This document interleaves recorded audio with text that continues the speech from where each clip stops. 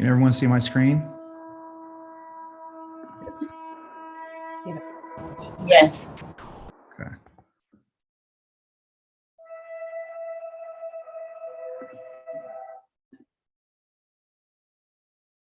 All right.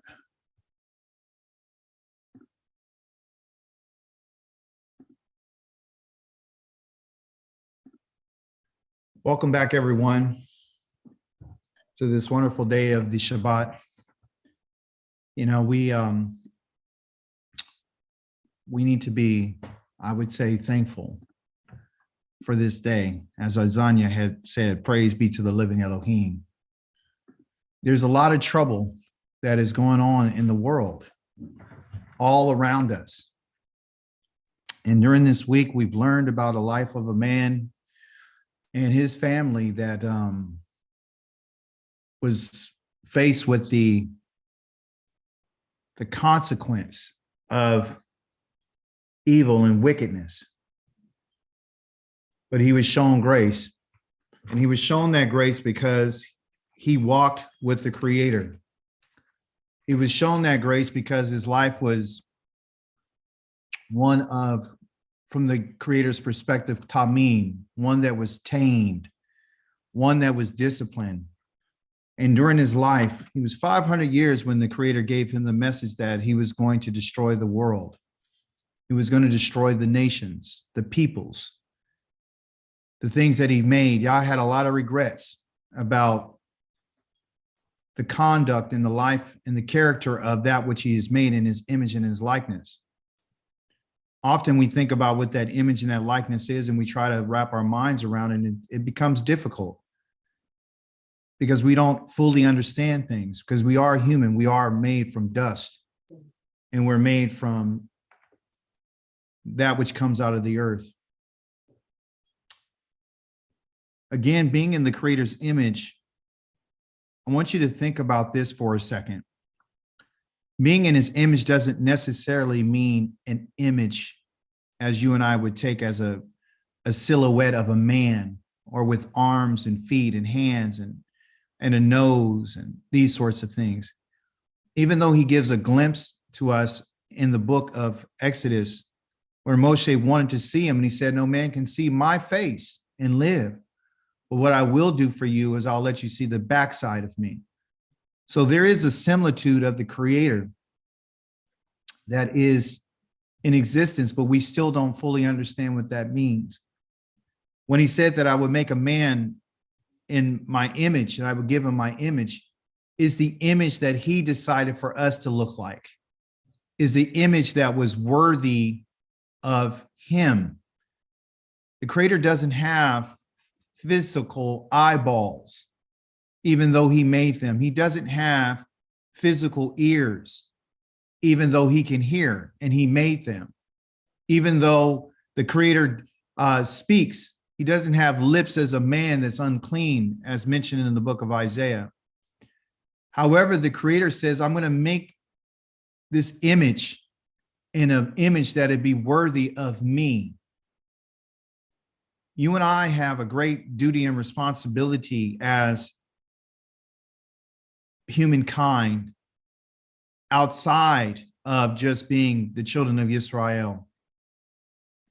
Being the children of Israel is a greater responsibility than that which is connected to humanity, meaning that our call and our duty and our level of intelligence, our level of commitment, our level of desire has to be pristine. It has to be the highest level. And that's why he calls us Elyon. And his desire is for us to be the head of the nations and to be the teachers of the nations and to show them the way. This book of Bereshith is the beginning of all things. And what we find too is that we've been told in our religious circles that Abraham is the father of many nations, which is true, but he's not the first father of all the nations. See, there's a difference, many nations versus all the nations. The father of all the nations is this man, Noach. His three sons are the progenitors to all humanity. Yah has split up the world into three different families from those three different families, which you and I are going to go over today. When I began to find out, like, hey, what am I going to talk about? Often I really don't know. I don't know what I'm going to talk about sometimes. I might write some stuff. I might have, nice artwork, and I might have the right words that I think I want to say, but I really don't know. It's difficult because as I mentioned to you, this book is not really something of instruction. It's not instructions for us as a people. It's really a historical account on how the nations came about. And I asked myself the question, well, why is it that the Creator is, giving this account of why is it important to understand? Because Yah wants you to know where you come from. And he wants you to know the mindset of humanity and what it is that you and I have to deal with and what makes us different and what makes us unique. When reading over the Torah, or not the Torah of the Genesis of the instructions that he gave to Noach and so forth, I found that, this bird popped out to me, the dove. The other one, the raven too, he sent out a raven and he sent out a dove to find out if the waters had, gone down and whether or not he would be able to leave the ark after this journey. And when I looked at this bird, I thought, what is the significance of this bird? Why is he mentioning this dove? And why did he mention the raven? And after the study of it, I realized that the dove is directly connected to Noach, is directly connected to him. And what it is I'm going to show you in a moment, is that when Noach was in that ark and the journey and everything that they went through as a family was very stressful. It's very stressful. We're reading it on this side of time and this side of history, and we can look back at it and say, okay, he built an ark and he put forth a lot of effort, and he didn't do any preaching. He was building. A lot of people say, religious people, he preached for over 120 years. We found that that's not true. We find that he was commissioned to build this ark for the saving of his family. And this call and this responsibility was given to him because Yah had found that only he and he alone was worthy of being saved and being delivered from trouble. And again, as I've taught, salvation is not just an idea. Salvation is actually an actual event where Yah is going to deliver you from trouble. Okay. So back to this dove, I looked at my research and found out what a dove was like and what are the characteristics. And, they say, oh, it's beautiful. It's not the same as a pigeon. They mate for life. They're very committed to their mate. They're very sociable. They're very kind and they're compassionate. Well, one of the interesting things about a dove that I found was that it knows how to find its way back home. No matter, it could be thousands of miles, it knows how to get where it needs to go back to. Doves were used also to deliver messages. They were used to deliver messages, and they were the bird of choice to do this. And it means from kings. And I don't know if you guys watched the Game of Thrones, but they would send out a raven. But here, the ancients would use the doves to send messages. And I believe they did that simply because they were reliable and they were dependable. But also, too, they were also a bird of peace. They're not a bird of prey. And they're actually one of the birds that Yah has asked for the children of Israel to bring to him, even if they were really poor and they couldn't bring an offering. He said, bring me a dove. If you can find a dove, bring me a dove, and that would be sufficient. So even an atonement for sin was done with a dove, and if you didn't have a dove and you couldn't find one, you couldn't, reach one, then, you would have to use some grain. At one point in history, the children of Israel were eating dove's dung. They were eating their feces and it was selling. It was selling for money because that's all they could eat. See, that's how bad things got. But back to Noach and this connection. This dove he decided to send out because they've been on that boat for a lot, for over 200 plus days at this moment. And he was like, I want to see if this water has gone away from the surface of the ground. But then he said he sent this dove out, but the dove found no place for her feet to rest. And so when I looked at that word rest, that word has to do with Noach. So the dove is directly connected to rest. She couldn't find rest for her feet. And so when you look at this dove is represented by Noach. Noach's name means rest. And his name means comfort. But also, too, I'm going to show you something about Noach that we didn't get to see. But you won't find out this until you understand why he sent this dove out, okay? It says that she returned to him in the ark because the water had still covered the whole earth. Go, all right? So he sent out the raven first. And he sent the raven out. And what did the raven do from which you can remember? What did the raven do? You guys remember what the raven did? The raven just whirled around in the sky. Okay. And that whirl means that it just went into circles. It didn't have a destination. That's all it did. It didn't do what he needed it to do. It didn't go and seek out and search out a place of rest. Okay. And this raven did this for 7 days. Okay. And you can find that one if you read the text properly. It says then he waited another 7 days, which we're going to get into a second. Okay. So this raven didn't do or wasn't able to find rest, and it didn't do anything but dance in circles. That's all it did. It wasn't looking for a place of rest. Okay. So those are the two birds that are mentioned here, right? And of course, when you got one that's black and the other one is white, you would automatically think that the black one is the bad one, and that's not true.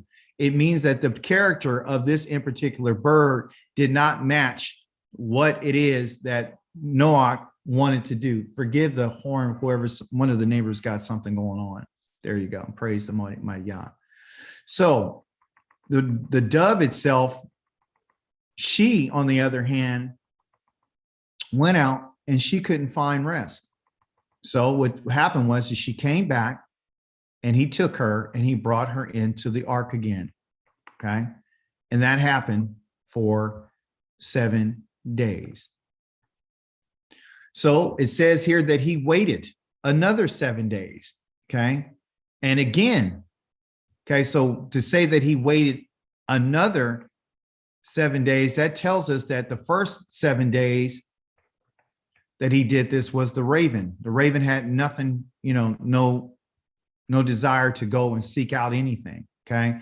Then you said he waited another 7 days again, and he sent out the dove from the ark, right? For 7 days. Somebody tell me, why was it 7 days? What does 7 mean? Completeness. It's complete. Okay. So what we're learning here is that in order for us to really fully understand something, and this is going to be a discipline that you and I are going to have to learn. Okay. Before you and I make any type of decisions and we go to the Most High, you and I have to stop being so immediate and wanting results really fast. Sometimes it takes this amount of time. And I don't mean sometimes, I mean, it should be all the time. Before Moshe went up to get the Torah from the Creator, how many days did he wait before Yah showed up? He was on the mountain. He called him up there, but he had to wait how many days? 7 days. He had to wait 7 days.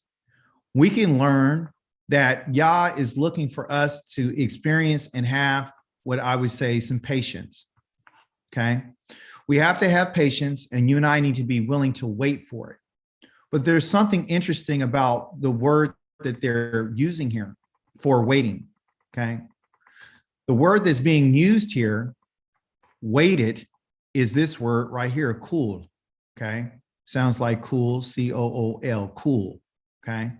So this word cool has a different meaning. And what it is going to tell us a little bit about Noach and what he was experiencing.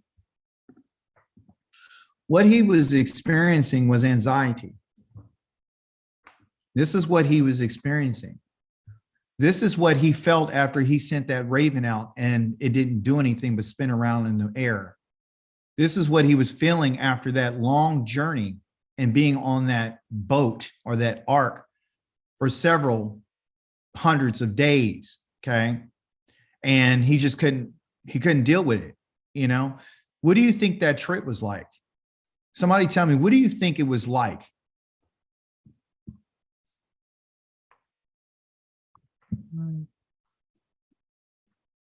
Nerve-wracking. Say that again, Dr. Ured, I couldn't hear you. Nerve-wracking. Yeah, it's nerve-wracking. The word that's used for it is mighty, meaning that the waters that came on the face of the earth were not sprinkles, folks. It is very tumultuous. It was very violent. The waters were very mighty and they were very strong, and the waters were coming down and the showers were coming down and the floods were coming up. The people were in between both of those things. And at this moment, okay, Noach's ark ascended all the way up past the highest peaks of the mountains. Do you think that would scare you? Do you think that, you know, how far is this going? They're literally thousands of feet in the air with nothing underneath them except for this mighty tumultuous water. It wasn't like a pond. It wasn't just a body of water that was standing still. This water was moving around violently. Yah had given them violent water for their violent behavior. You see? And this is what caused this anxiety for this man, because he didn't have any idea about what his life was going to be like. Often when we walk with Yah, it's a lot of uncertainty. Yes, he walked with Yah. Yes, Yah saved him and he brought him up and he put him in the ark and he brought all these animals, but now he's responsible for everything that's in that ark, his children, their wives, his wife, and these animals. That wasn't easy. So what you and I can understand about Noach and understand about his life and what we can take from this is that often our service and our walk to Yah is going to bring anxiety. I don't know how many times I talk to people and they tell me, even my own wife tells me, when is this going to be over? When is this exile and these problems going to be over? Things are getting bad right now. You see? So there's a lot of uncertainty that has to do with our lives. And guess what's a big part of it? A big part of it is mental health. We often talk about the food that we eat, which you and I don't really have any control over, but anxiety or being anxious is horrible. I've suffered from anxiety, and it was something that I didn't ask for, but I had it really, really bad, meaning that when I had my spinal surgery, my spinal cord was smashed. And as a result of that, my brain doesn't know like when something's a danger to me. I can't figure out if something's dangerous. I'm sometimes afraid to walk around a corner or be too far away from the house because I nearly died like 2 years ago from this spinal cord injury. So anxiety can come in many different ways. You know, it could be something that you're born with. It's a mental problem. And it can happen from physical things that happen to you. Like I said, my spinal cord was smashed. It can happen, you know, from some childhood experiences that one may have had. And these things that have been locked into us for years and years and years, it might take one event for that to bring this out.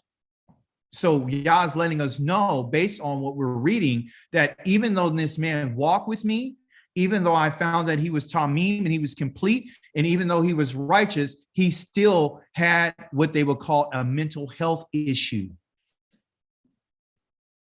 This event triggered it. It wasn't fun. This word that's called cool is also can mean to dance around in a circle. And that's exactly what the raven was doing. The raven was dancing, flying around in a circle. So what that did is the raven increased his anxiety because he was like uncertain. Is when am I getting out of here? When is life going to change for me? See? And that causes anxiety. So a lot of us are in situations we're trying to figure out when is all this going to change? And I'm here today to tell you that the only one that can change our situation is the Creator. He's the one who can bring about the change.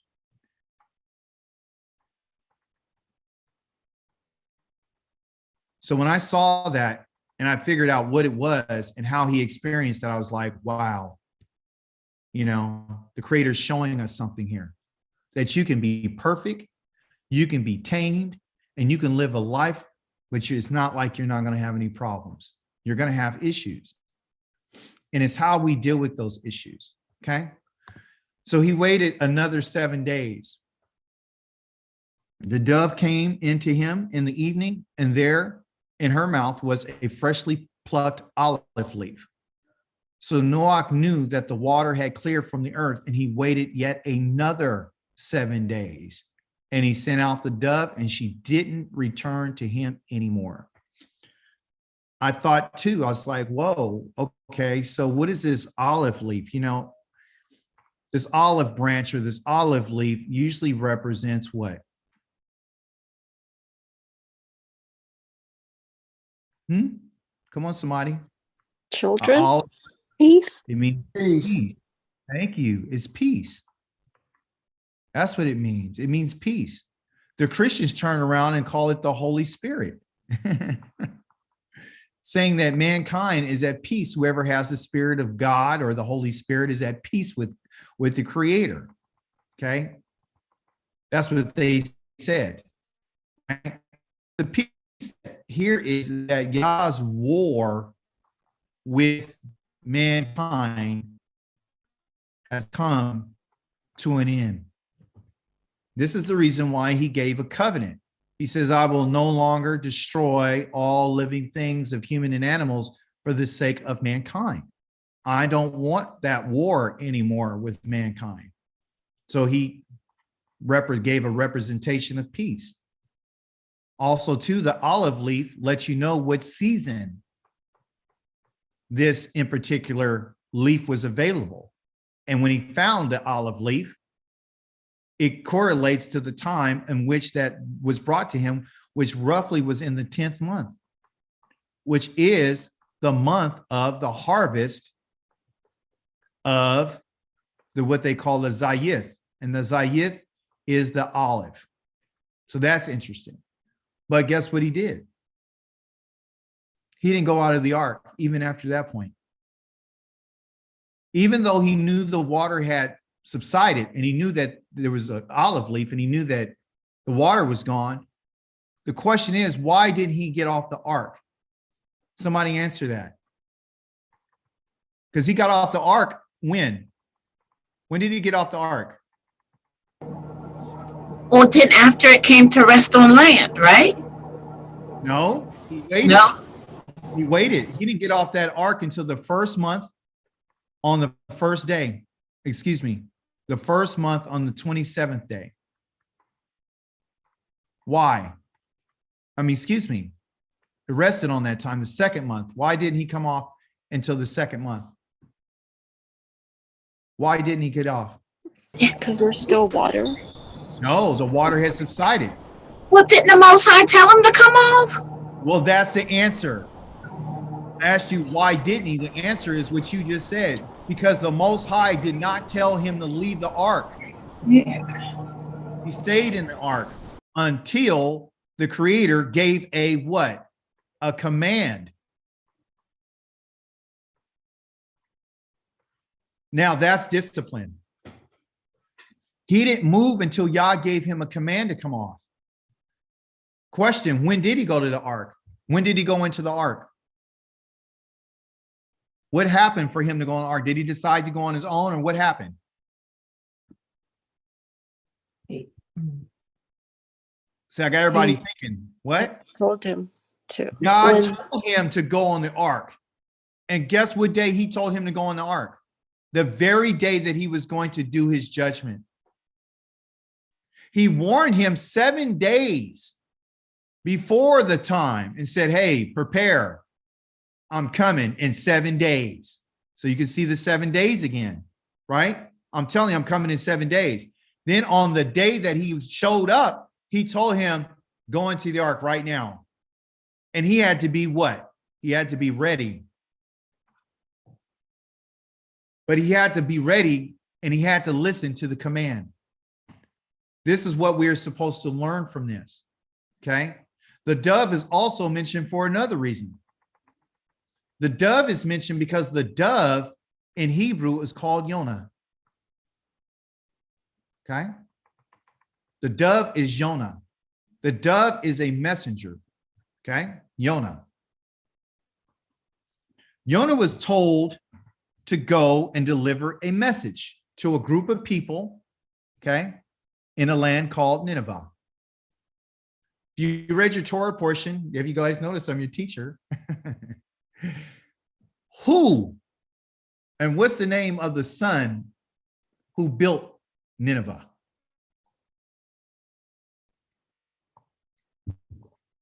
What's his name? I'm going to give you a hint. It comes out of either Shem, Ham, or Japheth's line. Take a guess. Which line did he come out of? Wasn't it the son of the guy that built the tower? Yeah, Yafet? Oh, somebody say Japheth? Yes. Is it Japheth? Yes. Somebody say Japheth. Okay. Any other answers? Yeah. Somebody said Ham. It's Anyone Nimrod. else?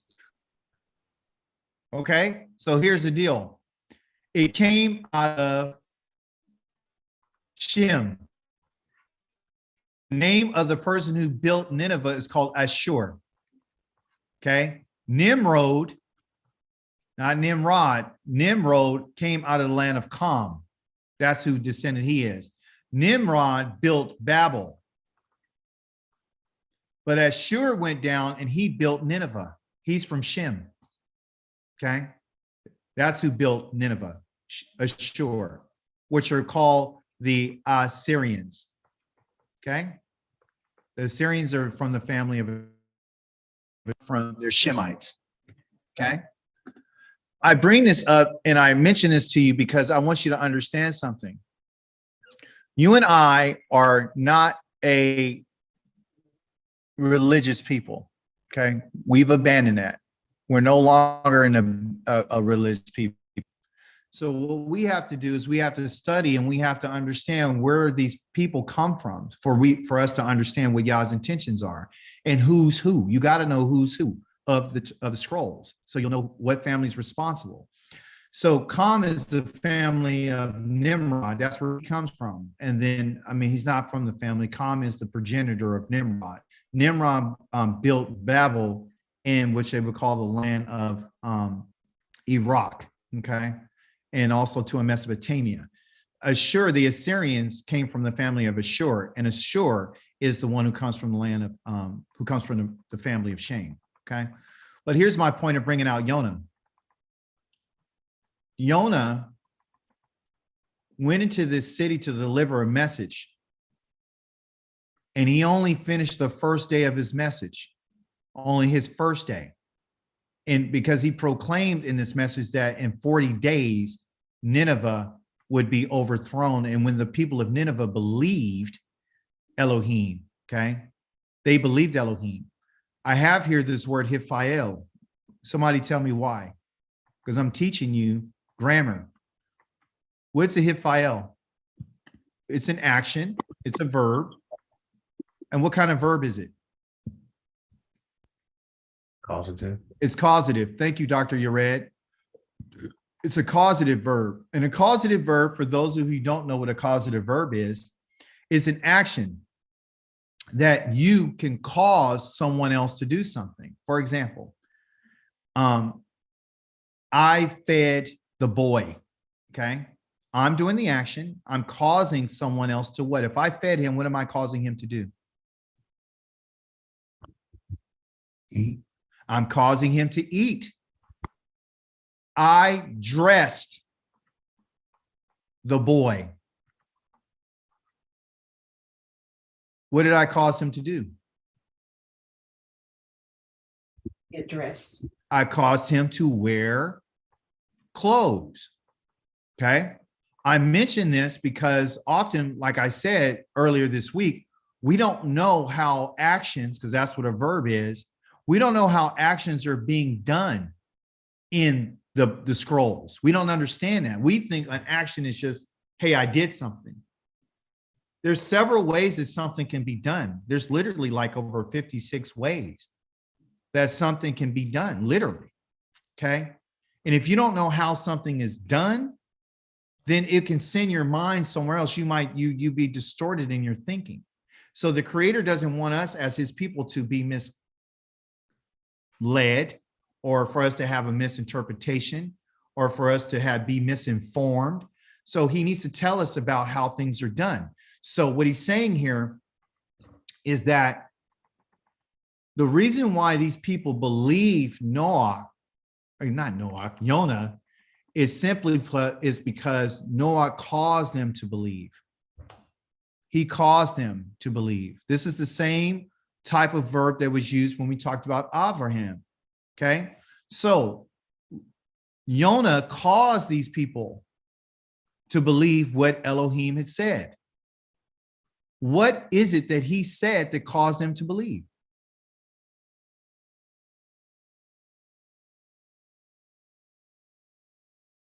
He made a proclamation about what? In 40 days, just like 40 days and 40 nights of water, Nineveh will be overthrown. That was the message that he proclaimed. He didn't proclaim death, burial, and resurrection. He didn't proclaim for them to repent. He didn't tell them to repent, did he? He did never say repent. He did not say that. He just gave them a message. That's why he is the dove, because that's what Jonah is. The dove was sent to bring a message to the people. And in the first day of this message, not the 39th, not the 12th, on the first day of the message, the people were caused to believe Elohim. They proclaimed a fast and they put on sackcloth from the greatest of them to the least. Okay, from the top all the way down, the king had even made a decree and said that everybody with his pael, what's a his pael? Verb. The king gave a his pael verb action. That's how we're going to be talking. He told them to take the action, and the action of his pael is you do it for yourself. It's kind of a do it yourself. How can you do something for yourself? Tell me some things that you can do for yourself. Wash your face. You can wash your face. What else can you do? You think. Huh? You can think. You can faint. You can cause yourself to faint. You can, Think. huh? You said think. Think, not faint. Fake? No, THINK. Think. I can't hear. Your device, I can barely hear you. You can think. Think. And Oh, yeah. did I say faint or faint? You see, I didn't hear think. Yeah, you can think. And you can eat. Eat. You can yeah. feed yourself. You can take yourself. You can cause yourself to do something. So the king had said, hey, make sure that you put sackcloth on yourselves. Okay. So they had to take an action. Okay. So going back to our study earlier this week, we were talking about that which is causative and that which is reflexive, or a hithpael. The name of the verb is called the hithpael, but it's just reflexive. So one is causative, one is a reflexive. So here it is. You see that every time there's something involved, it's always going to be something that's going to be causative. And then there's a response that has to be which you would call reflexive, meaning that you have to do something. Okay. You got to do this action on yourself. That's what reflex means. Okay. It means that you're actively going to do something to yourself. So this is what it was. Okay. And so as you can see here, that is, and why I mention this is because that's the recipe. That's the recipe. Like we've learned earlier this week, Yah does something, Yah causes something to happen, and then you and I have to give a response. So he's the initiator and you and I are the respondent. And if you can understand that concept and you can understand that idea, then you would understand the reason why he introduced himself to us as saying, this is my name and this is what I said. I'll give you a command, or I'll give you a warning, or I'll tell you what it is that I'm going to do, right? If I find that you're worthy of even being told, because we realize that even in our Torah portion, they were not what you would call given a warning.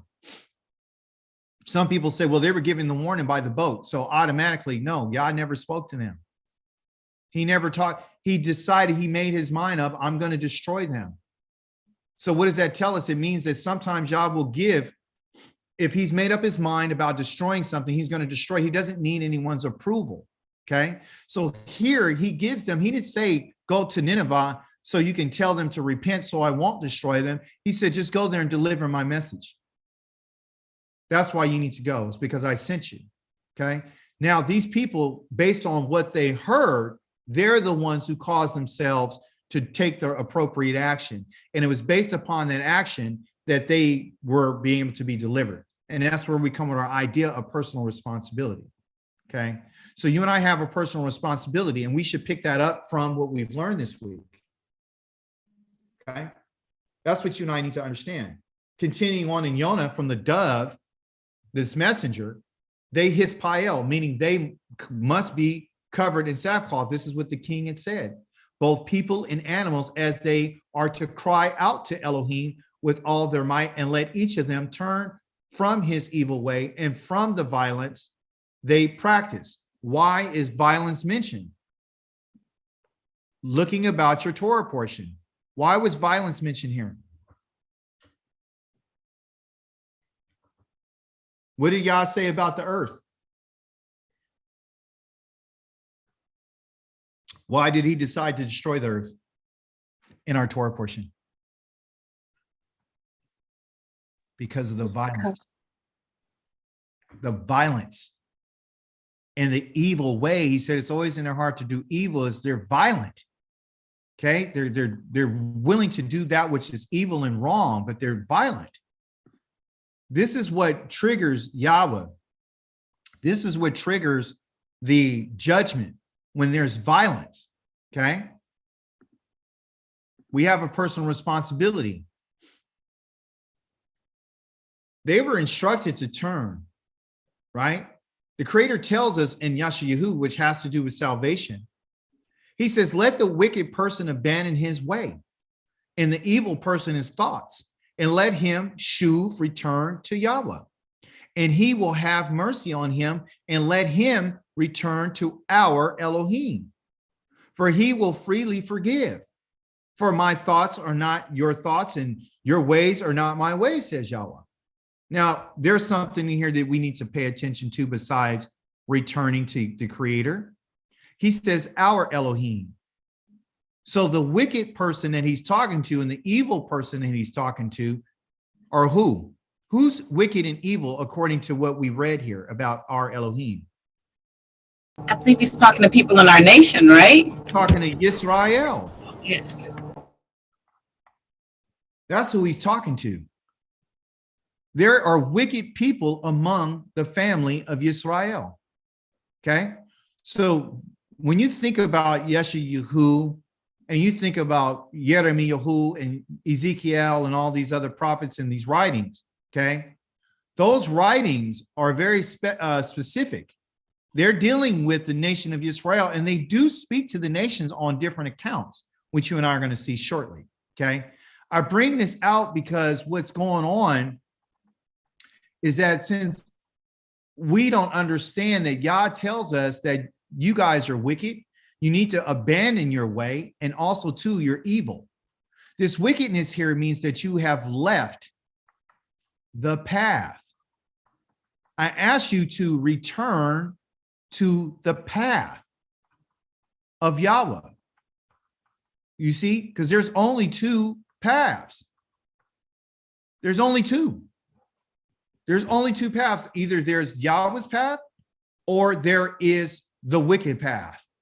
And the wicked people travel on the path so they can continue to do their evil. If you notice here, there are no, are there any sacrifice? Was there any sacrifice for Nineveh? No. No. No. Was there any offerings made for in Nineveh? No. No. What did he tell us here? He said, I will what? I will freely forgive. So is Yah a forgiving Elohim? So if you want to be forgiven, what you got to do? You got to return to Yahweh. And you have to do it. And guess what? How do you return to him? Which way do you think Yahweh wants you to return to him? He would tell you to what? Walk with him. Walk is lach, a lamed and a kaf. Dr. Yared, please tell me what the lamed represents. The staff, the authority. A staff and authority. Okay. And someone else tell me what the kaf means. What's the kaf mean? All of the hand. You got the palm of the hand. So you got the staff in the palm of the hand, right? When you have the staff in the palm of your hand, that's when you walk, and you're walking to deliver a message. That's why if you look at a Hebrew word for a malach, malach, the word lock is in malach, and malach is a messenger, and the mem right here means from what? From walking. And you walk to deliver a message, and you're delivering a message from someone to someone else. So literally you have now become a messenger, and a messenger is a Yonah. The only message that you and I need to say is for us to your people, return to Yahweh. And he'll freely forgive. You understand? The message that was given to someone outside of the children of Israel is, Yah is going to destroy you. And if you're smart enough, you will what? You'll humble yourself. And you would join up with the Elohim of Yisrael. You understand? So for our people, it's a different message than it is for the nations. And let's continue. You see how that dove that Noah was dealing with brings out a lot? It brought out this idea of violence. That's why the world was destroyed. Okay? The word violence comes from the Hebrew word kamas. Kamas. Over in the land, the alleged land of Israel, they got an organization out there called Hamas. So they take off the C right here, but their true name is Kamas. And what they're saying about that organization of Hamas is that it is a violent organization. That's why they name it Hamas, but its true name is Kamas. You see that? So anytime you hear the news about Hamas has done this, and we're trying to get rid of Hamas, they're trying to say we're getting rid of the violent people. They're violent. They're fighting against us. They call them Hamas, but the real name is Kamas. Kamas is huge. This is a big part of our Torah portion. It's a ket, a mem, and a semek. Okay. It means a shaking violently. It means cruelty and to wrong another. When Yah talked about destroying the earth because they were violent, what he was saying that people were going around and snatching people up and shaking them violently, grabbing them by their shirts, throwing them on the ground, punching them, being cruel to them, bringing pain to them, taking their wives. When it talks about they took as many as wives as they wanted, they were just snatching people's wives from one another. And they were killing each other and they were wronging each other. This is the reason why. Okay. But we got to figure out what the root of Kamas is. So it's a ket, a mem, and a samak. Those of you who've been in my Hebrew class, tell me, if I wanted to find out what our parent root is, how many letters are we talking about? 2. 2. I want you to take a guess out of these 3 letters right here, out of Kamas, who's the parent? What are the 2 letters that represent the parent?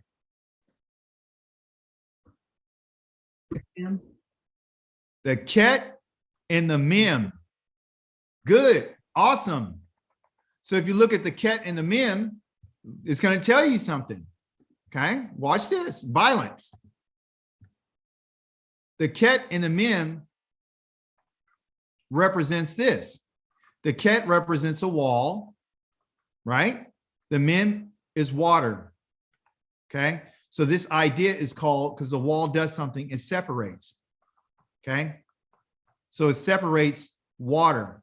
What they would do is anytime they were going to make what they would call cheese, they would put the milk of a goat inside of a skin bag, and they would take that skin bag and they would shake it violently. They would shake that violently, that kamas. Okay. So they would shake that bag violently. And then after they shake that bag, the enzymes of the bag, right, the animal skin would connect with the water or the milk inside of the bag. They would hang it up in the heat of the sun, and then that process would take place. And what would happen is that the water would cause the curds to rise and to fall, and the other water would be the whey from the goat milk, right? So you would create cheese by doing this. So they would shake it violently, hang it up in the sun, and then bring it back again and shake it up again. And that's how the milk would curdle up. And then once it curdled up, it was a separation. So you would get cheese out of it. And then also too, you would get the whey, the water that came out of it, right? And this is the root for what they would call wisdom, because that's how wisdom is brought. It's a process. That's where the part of the word kokma comes from. Kokma. You got a ket and you got the mem right here. Those 2 letters are what causes is the word for wisdom. All right. So this idea of making cheese is where you get this word calm from the heat of the sun. Also, too, you would know that the word calm from our Torah portion is who? Sons. It's a son. So the first son is Shem. They told you that his name was Ham. His name is not Ham or Ham. His name is Kam. That's his name. Okay. Just like they told you that it was the name of the organization in Israel is called Hamas. His name is not Hamas. The name of it is called Kamas. You see? So what they're doing too, to be honest with you, is they're hiding this. Because if you know what the CH is and you know what the mem is, then you would make the connection about what violence is. And you would actually know who the violence is coming from. You understand? So if we look at the word Kamas, again, if I threw an AS on here, that would be Kamas. Okay?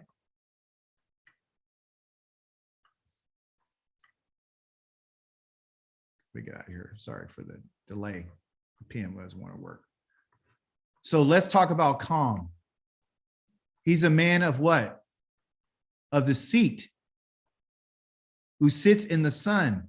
If you sit in the sun and you sit in the heat, what color are you? Black. Black. You're black. Okay. So one of the sons of Noach are what? He's black. Okay, he's black. So one of his sons is black and the other ones are white.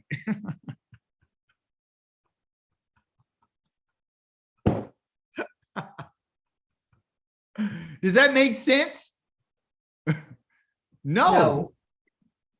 Okay. So it's a matter of separation. Now listen to this. Okay, let me put you up on it. So we found out that the name of the originator of violence comes from Kam. Okay, listen to this, because it has to do with this, because that's what they use that word for, violence. It comes from Kamas, right? Check this out. So we know that Yah told us that the only one that he found to be righteous is Noah. Out of everybody, his sons were not considered righteous. I want you to understand that. All because the parent is righteous doesn't mean that the children are righteous. We found that in the book of Ezekiel. He says both the son and the father, both the soul, the parent and the child, both there belong to me. Both souls belong to me. Okay, so you can have a father do the right thing and have a son who could be evil. Okay, so Kam is a man of color, and he's darkened by being outside in the sun. So this also gives us an indication about where his land is. So the sons of Noah who went out from the ark was Shem, Kam, and Japheth. Kam, I left it as Ham just so you'll know how they do it, is the father of Canaan. These three were the sons of Noah, and the whole earth was populated by them. So Noah is the father of all the nations, okay, of all nations. Abraham is the father of many nations. Noah, a farmer, was the first to plant a vineyard. The reason why he was able to do a vineyard is simply because at that time, the earth was not being, before this, the earth was not able to bring forth any wine. There was no joy. So the vineyard represents joy because that's what you would get from wine. The name for wine is called yayin. Okay. And guess what root this has to do with? It has to do with Yonah. It has to do with the dove. If you look at the root for Yonah, what you're going to find is the same letters, which is a yod, and you would have a nun. Those two letters right here are the root of both wine and Yonah. Okay. And so you can see again about being peaceful and being joyful. And so this again is indicative of the behaviors of Noah. Even though he had anxiety, it didn't mean he was out of his mind. It meant that also too, he was a very peaceful man. And when you walk with Yah, one has to walk in peace with him. You can't be a person who's violent. It's just the opposite of peace is violence. Okay. That's our theme to understand. Okay. So the whole world was populated by them. Noah was a farmer and he planted a vineyard. Okay. He was the first one to do that because Yah has broken the curse on the land. So the land is no longer cursed. Okay. He drank so much of the wine that he got drunk and lay uncovered in his tent. Kam, right? The father of Canaan saw his father shamefully exposed, and he went out and he told his two brothers. I want to deal with this idea about this shamefully exposed, about this son right here. Okay. A lot of us believe that he saw his father naked. Right? And that might be true. But there's more to it.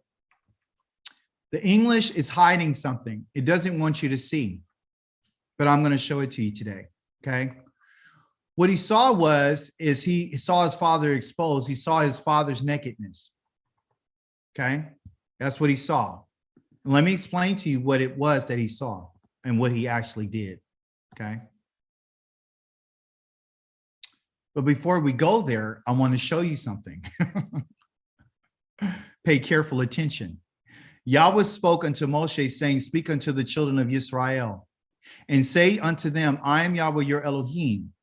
After the doings or the ways of, because the doings and the actions, okay, after the actions, meaning the verbs, okay, listen to me carefully, okay, of the actions of the land of Mizraim, wherein you dwelt Okay, so you dwelt in this land, right? Get rid of this. Something always has to happen when I'm getting really powerful, when this is really taking off. Some weird stuff starts happening. Let me see the app. Oh, look at this. Just every time. I don't know what it is. Oh, here you go. Can you see my screen? Yes. Yeah, some weird stuff be going on when I'm really about to get into it. So let me get my focus. All right. So this is the idea that I want to share with you that Yah told Moshe. Okay. Because I'm going to put the pieces together for us. It's their actions that he's concerned with. He says the actions of Egypt, where you dwelt there, you used to live there, right? You do not do, I don't want you to do what they were doing. I don't want any of the actions that they're doing. I don't want you to do those things. And after, I don't want you to do the doings of the land of Canaan. Okay. And Canaan, his father is Calm. I don't want you to do what the actions of Canaan, right? Whose father is Calm. Whither I bring you, you shall not do. Neither shall you walk in their ordinances. Their ordinances is their kukim. That means their statutes and their decrees. And here in chapter number 18 of Vayikra, he's going to tell you that the things that they did and what they were doing. And these were their laws and how they saw life and how they lived. So the two things that I don't want you to do is where you used to live. And I don't want you to do where you're living at now, where you're going to go live. I don't want you to do these things. Okay. And the two areas here is the same progenitor. It's the same family from the same guy. And the name of this guy is Calm. I don't want you to do like Calm. Okay. Does everyone understand before I go any further? Any questions? Because I'm about to crack something open right quick and it's going to blow your mind. I don't want you to be like these two individuals. I don't want, because this is a land of a people, and this was a land of a people. Okay, so when I mention these lands, I'm telling you about the people. And not only am I telling you about the people, I'm telling you about where they come from. I'm telling you their origin, because they're of the nations. Their father is Calm, right? He's the father of these individuals. I'm going to show you. Okay, so they had laws, and the laws that they have is the things that I'm going to tell you that I don't want you to do, because this is what they've done. And Israel has done these things. When Noach awoke from his wine, going back to our Torah portion, he knew what his younger son had done to him. And he said, "Cursed be Canaan. Cursed be Canaan." And this right here means to be spit upon. It's called arur. Okay. Spit upon him. Let me get my writing better. A-R-U-R, arur. That means to spit upon you. Okay. To shame you. He will be a servant of servants unto his brothers. A lot of us were told that this happened to him because he saw with his eyes his father's nakedness, his father's genitalia, right? That's what he saw. That's all he could have said is his buttocks or his genitalia, right? So he got cursed for that. Before we go any further, understand that fathers, again, before even the Torah, you can see a father can proclaim a curse upon one of his children, and it will stick. This is what Yah has designed, and this is what he has said. Okay, you never hear of a mother pronouncing a curse upon a son or a daughter. You only hear a father throughout the Torah and throughout the Tanakh and throughout the earlier writings, where a father is the one who proclaims this. Okay, so it's very powerful, the power that a father has, that he can actually speak unto his sons or his daughters. He can either bless them or he can either curse them. Okay, so we need to understand this. Nakedness is what's in question, because that's what he saw. According to Yah and what he has spoken and how he has let us know what happened that day, okay, after Noach had gotten drunk, okay, he lets us know in the same book of Vayikra that the nakedness of thy father's wife thou shalt not uncover, for it is thy father's nakedness. What we see here according to what we've read, is that the father's nakedness, it is thy father's nakedness, and the nakedness of thy father is thy mother's nakedness. So Ham had sexual relations with his mother. He has sexual relations with his mother.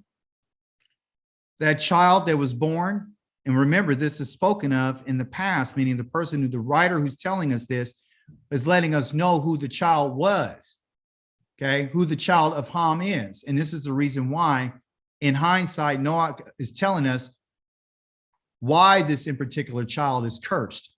Because he didn't curse Ham, he cursed a son of Ham. The son of Ham is Canaan, that who it is.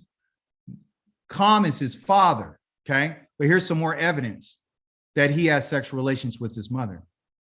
Because this is something that Yah has already told Yisrael don't do. Listen. Going back to what he said. He said, do not do the doings of the land of Egypt, and do not do the doings of the land of Canaan, or the people of there. And it's in the same Vayikra chapter number 18, 1-3. So when I shared with you about the father's nakedness, we are still in the same chapter. Okay, I told you about what happened with Noah and why did he curse Canaan? And what did he say to Ham? The nakedness is found right there. So in chapter number 18 of Vayikra, which is called Leviticus, it talks about how you're not to have sex with your father's wife, because that uncovering your father's nakedness is having sexual relations with your father's wife. You uncover the nakedness of someone to be intimate with them and have sexual relations with them. Also in this same chapter, I didn't mention it, but he talks about having intercourse with animals, siblings, uncles, aunts, everybody, anything. You understand? That's what he's saying. And it comes from this idea of following the ways of the progenitor of those people. You see? Let's get some further evidence to this being true. This is not just a one-time incident. Okay? And that's where you get your term MF, or you MFer. You get it from the idea of that, and that's why they call us what they call us. And this is the reason why the nations have determined to call Black people Canaan, or say that we're Hamites. Okay, it's really Kamites, but they say Hamites. Here's some further evidence. Because remember, we're about knowing the truth. In the, meaning in context, let me tell you what Yah is saying and who he's saying to. You can go verify chapter number 22 and 10 in Yakeziquel, which is Ezekiel. Yah is about to destroy, okay? And he's telling the city of Yerushalayim, this is the things that I found inside of you. He said, in thee, they have discovered thy father's nakedness. Listen to this. In thee, they have, who? The children who were living there, have discovered their father's nakedness. Who discovered their father's nakedness? How did they discover their father's nakedness? They were sleeping with their mothers. In thee, in the city that they lived in, they humbled her that was set apart for pollution, meaning a woman who was on her menstrual cycle called a niddah, a time of purification, which Yah told us not to do. Okay, so humbling, you humble someone, you take advantage of her and you subdue her, okay? The name Kam, if you look up definition, means to humble. It also means to subdue. And this is the reason why he says that you're going to be, your son is going to be a servant of servants forever. He's going to be the servant of servants. He's going to be the lowest of lowest. You understand? Because being a servant is okay to a degree, but to be a servant of a servant, that's the worst. That means that you will never, ever have any ability to succeed any higher than a servant. You're going to be a servant of servants, so you will never be able to have anything elevated, okay? You'll never come to a position of prominence. Now, going back to the text, it tells us that the nakedness, he said they discovered their father's nakedness, which we already defined in Leviticus. It told us what that nakedness is. That nakedness is they had intercourse with their mothers. They also humbled and had intercourse with a woman who was set apart for her time of ministration. Okay. And one half committed an abomination with his neighbor's wife. Okay. That means he slept with his neighbor's wife. And another had lewdly defiled his daughter-in-law. So now you find out that this man here, he's sleeping with his daughter-in-law, which is found in Leviticus 18. That's a no-no. So he's having that too. And another, and you have humbled, meaning sexually, his sister. So now he's had sex with his sister, his father's daughter. This is all that's going on. And it's all having to do with sexual intercourse.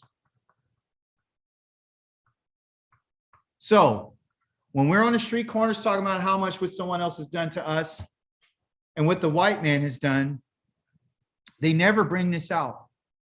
They never tell the people that our ancestors are some of the most evil, wicked, abominable people on the face of this earth. Why? Because they've decided that they're going to do the things of the land of Mizraim, and they're going to adopt the practices of the land that they went to. And this is the reason why Yah has sent his people to the four corners of this earth, so you can practice what you like to practice. This stuff right now is still going on today. You understand? This is what's going on.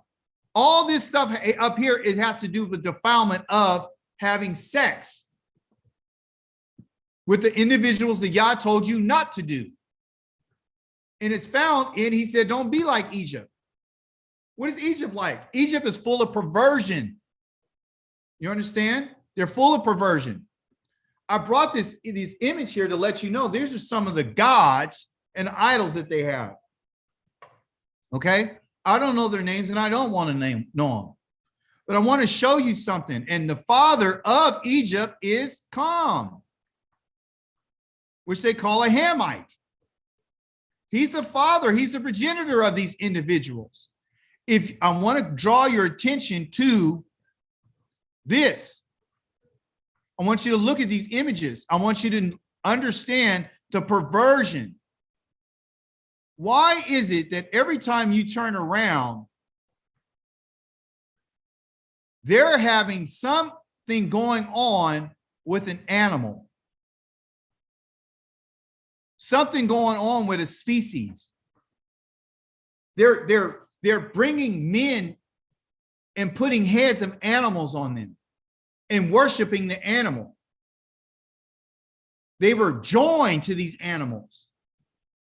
These people were having sex with their animals. Yah says, don't be like them and don't follow their ways. They were kukim. That means that they had statutes and decrees that allowed them to have sex with animals. And people that didn't have, and you can have sex with your mother in Egypt. Because it's for the sake of the gods. The very things that Yah destroyed the earth for is because there was a pollution and a defilement of the animals and the human beings. They were having sex with everybody. They were taking everybody's wives. They were having sex with animals. They were mating animals between each other. They were doing all kind of wickedness. And that's proven by the very gods that they have created in the images. And it came from Kam.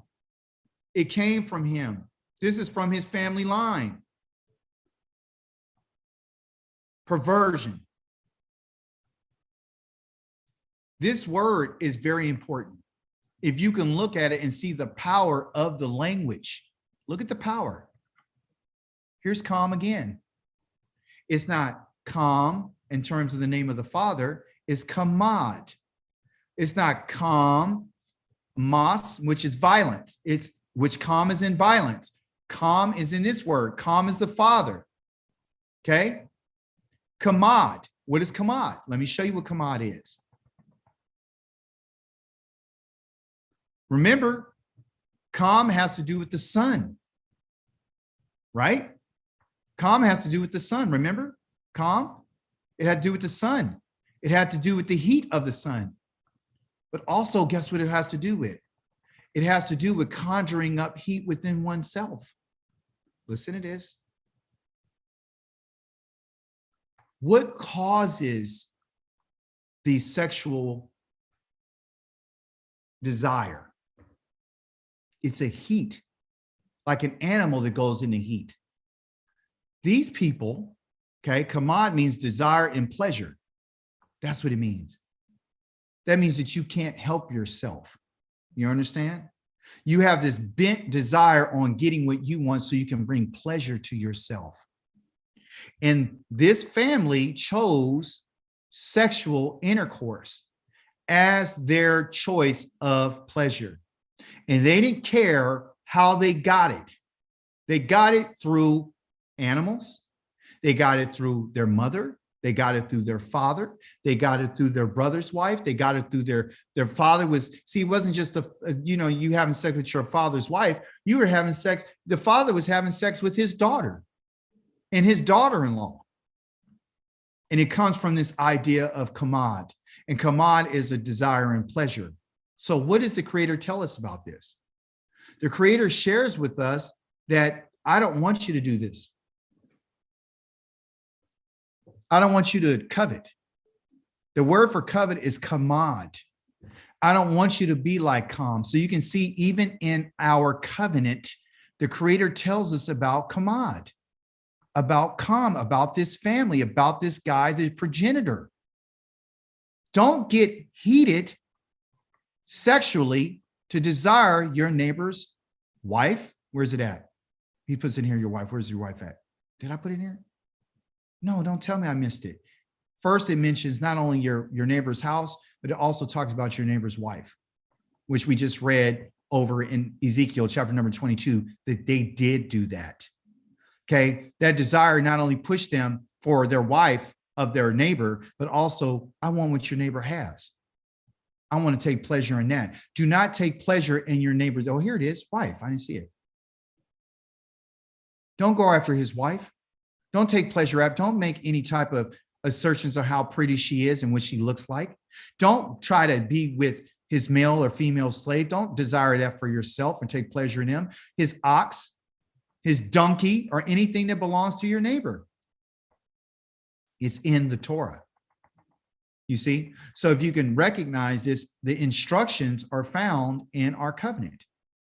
You see, Yah's not giving you any instructions over in Genesis. He's giving you history and letting you know how this all came about, why I'm giving you a covenant.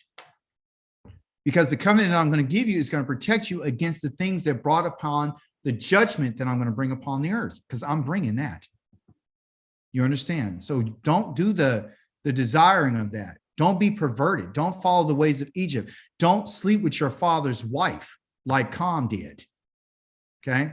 That's why. So I bring all this out because this is the reason why he has decided to get rid of that particular family. Okay? I'm going to get rid of that family. Why? Because they're perverted. I wanted to show it to you. They're perverted. Okay? But let me tell you about Shem. What do we know about Shem? We always talk about what Shem's name is. And Shem, the two letters is the Shin and the Mem. Okay? And it means the breath of you. That means the life of you. It means how you live and how you breathe. When they say your name, they're using air and breath to say your name. Your name is represented by the life that you live and what you represent. The same two letters are found in the word Shamayim, the two waters, okay? Letting you know that the breath that comes from us is from the heavens. You and I are indebted to Yah because of the breath of life that he's given to us, okay? I'm going to speed it up a little bit because I spent a lot of time with, what's his name, with Calm. So Shem and Yabeth took a cloak and they put it over their shoulders. And they walked backwards and they went in and they covered their father, their naked father, which this is an English translation, but it's really their father's nakedness. Their faces were turned away so that they did not see their father laying there shamefully exposed, meaning their mother. Because remember, he got drunk and he didn't party by himself. He was with his wife. And his son came in there and took advantage of his mother. Okay. He got his mother pregnant. Okay. The mother was impregnated by Cam. The text is only telling you that after that deed, he said that I'm going to curse this son of yours. Okay. Named Canaan. Okay. Canaan. I'm going to curse him. So the attitude and the desire of Shem is different. He's different than his brothers. He's the one who initiated to go ahead and say, let's cover this up. I don't want to, because he came out and told us about it. Let me go ahead. And he didn't come out laughing. He just told him, this is what I did. For whatever reason he said it. I don't know. But you see Shem's behavior. Shem is the breath of you, your character. So we get to see the character of Shem, okay, or Shem. And Japheth, his name means to be simple-minded. That's what his name means, simple-minded, okay? And simple-minded means that he's influenced easily, okay? He's easily influenced. This guy is, okay? And I'm going to show you where families they come from and what's the significance, but he's a simple-minded person, simple-minded. He'll just go along whatever is to go along with, okay? But Shem is the one that you want to direct your attention to because it is he who is the oldest. It is he who has the character that the Creator is looking for, okay? But he wasn't righteous at this time, but now he's developing something about himself. And this was something that Noah had made a proclamation about. When Noah woke up and he had cursed Cam, and he said, cursed is Canaan, yours, the son that's going to be born to you. Then he said, blessed be Yahweh, the Elohim of Shem. Canaan will be their servant. So now he's telling who Canaan will serve and who he will always be a servant to. Okay. So the so-called Africans and the Egyptians and all these other people are going to get a little mad at me and angry about the things I'm going to tell you, but it's the truth. Okay. When he's dealing with Canaan being a slave, it's not all of Cam's descendants. It's this one more in particular. Okay. But what I want you to draw your attention to is that the Elohim did not bless Shem. He didn't bless Shem at this point. Noah didn't bless his son. He did not bless Shem. Who did he bless? According to what we have here, who did Noah bless? Yahweh. He blessed Yahweh. When people tell you that you shouldn't use Yahweh's name because it's too holy to be pronounced, don't listen to them. Noah proclaimed Yahweh's name. Yahweh's name has been around forever. You understand? So when the Jews or the Jewish people say his name is too holy to proclaim, Noah proclaimed it. Abraham proclaimed it. Moshe proclaimed it. Yaakov proclaimed it. Dawid proclaimed it. Every one of our prophets proclaimed it. But you know who didn't proclaim it? Christ of the New Testament didn't proclaim it. Yeshua didn't proclaim it. Paul didn't proclaim it. Timothy didn't proclaim it. Peter did not proclaim it. Titus did not proclaim it. Barnabas did not proclaim it. John did not proclaim it.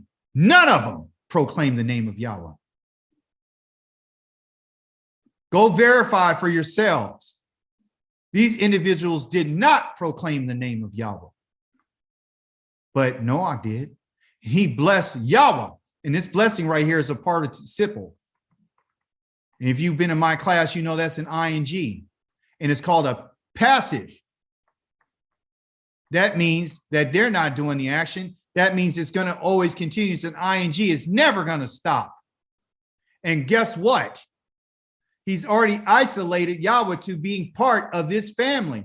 What he's saying here, folks, is that out of the family of Shem, Yahweh's name, it will always be blessed.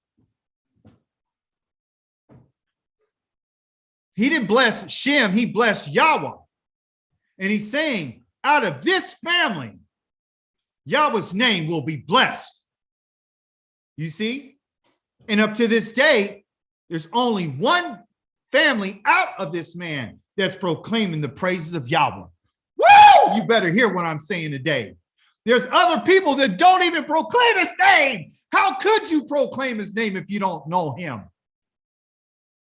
You got to be out of the family of Shem to proclaim the name of Yahweh and to bless his name. Hallelujah. Why?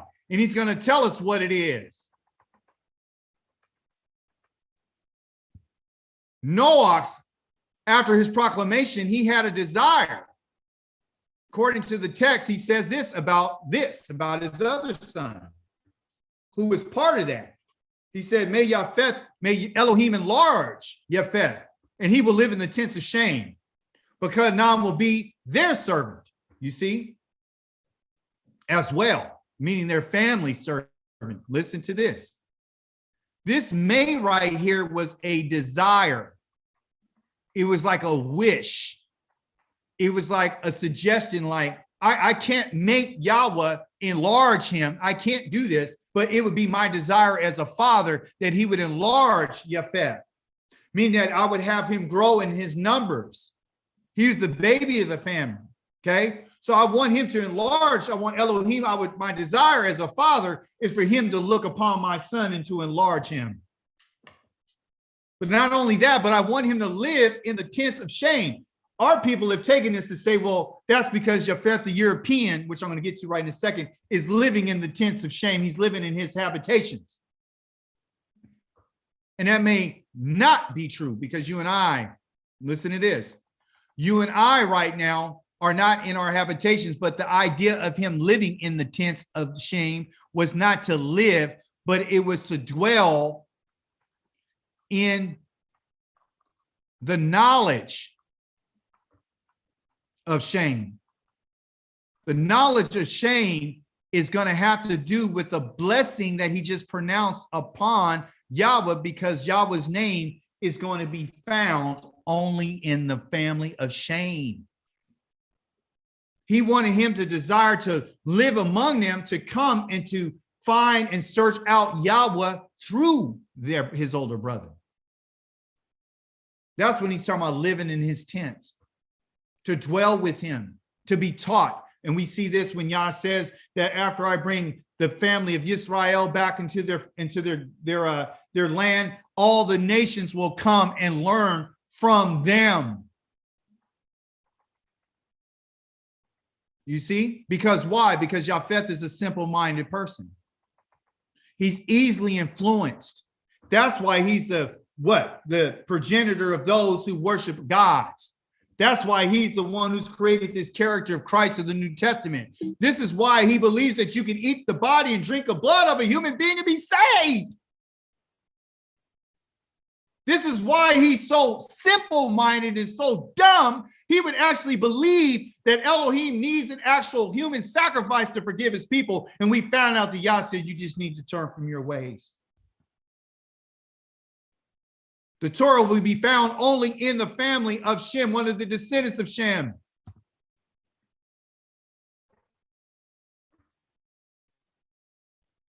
How do we know this to be true? Because in the book of Yashahu, Yah tells us about this family. He says, for I know their deeds and their thoughts.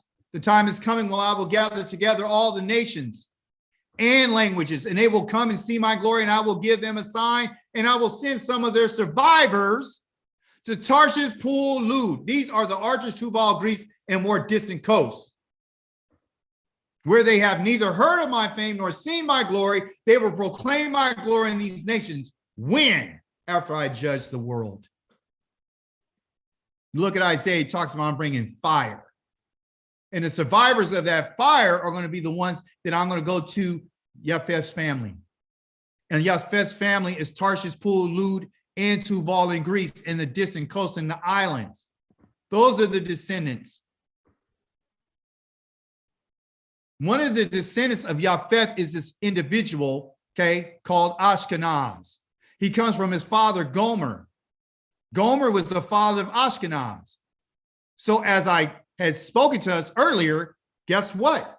If you and I believe that anybody outside of the family of Shem can proclaim Yah's name, they can't proclaim it the way that it's supposed to be proclaimed because they're not from that family. Ashkenaz is not from the Shemitic line. And this is what Kyrie Irving had said. This is what he was talking about. He says, I know who I am. You guys would find out what the origins are. We'll find this in Bereshit 10.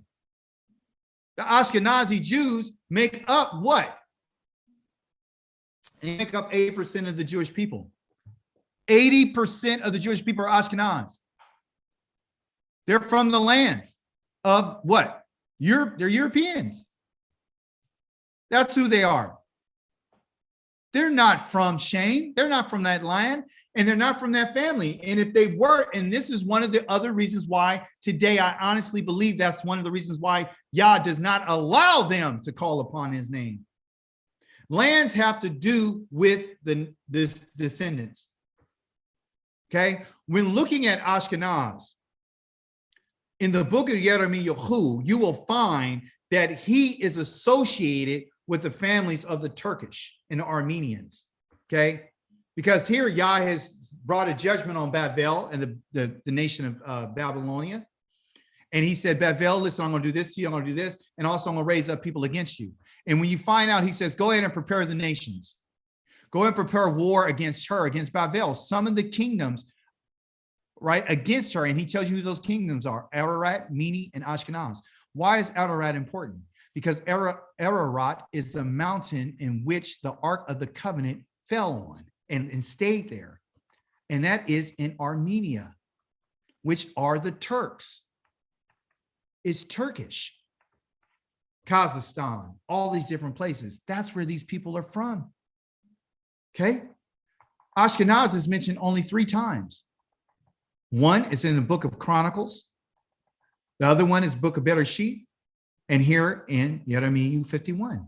So you can see the association of Ashkenaz. They were a kingdom. They were a kingdom that was associated with Ararat. Ararat was where the Ark of the Covenant had landed and situated itself on those mountains, which is Armenia. They're not from the family of Shem. That's why they don't proclaim his name. What else can I tell you? Here's the Mishpachoth. Mishpachoth are the families. Mishpachah is family. Mishpachoth is families, plural, right here. Okay? So what do we have? Let's open up and find out who the Mishpachoth is. I got to speed it up. Here's the families. So here we got Shem, we got Kam, and we got Japheth. Okay? That's what we got. Okay? Middle East, Shemites. His first son, second son, third son, fourth son, fifth son. Okay? It's kind of hard to see because of the image, but Elam right here are the Iranians. They're Shemitic. Ashur are the Assyrians, which built the place of Nineveh, as I told you. Arpachshad is the third son that came out of the Chaldeans, which was the land of Ur, where our family came from, where Abraham came from. Here's Ever, meaning to cross over, where you get your word Ivret for Hebrew. And then also, too, you see on there, you have Joktan, and you have the Hebrews, and you have Arabia. Those are our family members. And then you have the Lydia, which is a part of Africa, right? And you have Aram, which is Syria, okay? So those are the families of Shem, okay? And their designations, okay? So our people, when you talk about being anti-Semitic, that means that you're against Iran. The United States against the nation of Iran? Yep. Yes, they are.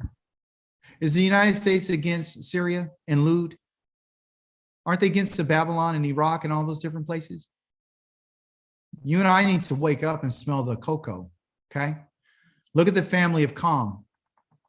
Kam's family is the Cushites. Mizraim, which you and I went into slavery, Put, another part of Lydia, okay? Ka'anan, okay? But this right here doesn't do justice. I know it's hard to see. They don't give you all the different families, but they only list the Kivites and the Yevusis and the Amorites. So let me see if I can hone in a little bit better so you can show you a little bit more. I put this chart up here because I wanted to kind of give you a little bit more insight. Yeah, so it tells you, the Jebusites and the Amorites, right?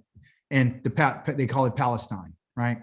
So when Yah put that curse, he put it on Canaan. He put it on this one. He did not curse Cush, the Ethiopians. He did not curse Egypt. He didn't put a curse on them. Noah did not curse them. He did not put it on Libya. Okay, so this is Libya and this is Lydia, two different places. Okay, so first son, second son, third son, and then the fourth son.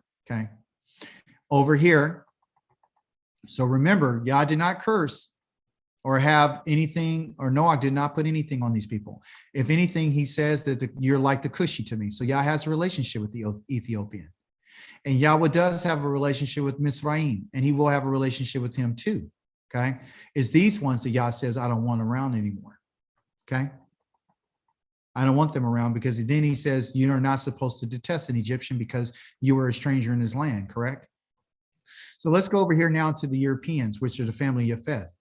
You have Gomer, which is France, Spain, and Germany, and Wales, which comes out our family of Ashkenaz. Ashkenaz, they say, belongs to Germany, which there's some debate about that, because I believe it has to do with Turkey or the Turkish, because in the mountains of the Caucasus Mountains, okay, is the Turkish people. Then you got the Romanians and Ukrainians. They're all related. You got the Medes and here another part of Iran. There might be a mixture. Javan are the Greeks, which they call Yovan. Okay, they're the Greeks, so they're part of it. Tuval is Georgia, which we know right now is that place over there in Russia, or a land in which Russia used to occupy. Meshach is Moscow, and over here is Macedonia and Yugoslavia. So you can see all the Polish and all those different people. They're all part of the Europeans. The Europeans are primarily, Rome. Yes, you got Rome, you got the Kittim. So these are just some basics, right? They don't really give you more detail. So let me pull over the map over here so you can see a little bit more clear. Okay, so we're going to start over here.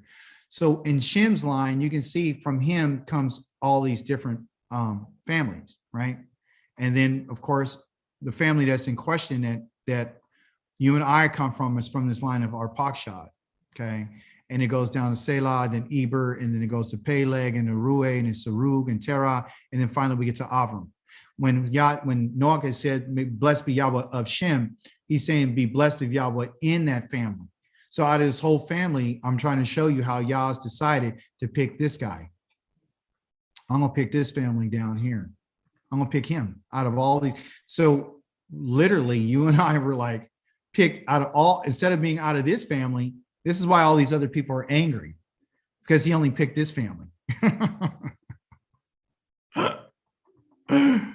You see, out of that family, okay? He's only picked that one, right? So when you look over here at Canaan, now this is a more accurate than what we just saw, okay? So it's true that he had 4 sons, which is Cush, Mizraim, Put, and Canaan, okay? But on Canaan, they didn't tell you all these right here, did they? They didn't tell you that Sidon was his first. I need a different color, first of all. He didn't tell you that, I think would be a good color. Let me see if I can pick a color that would be better.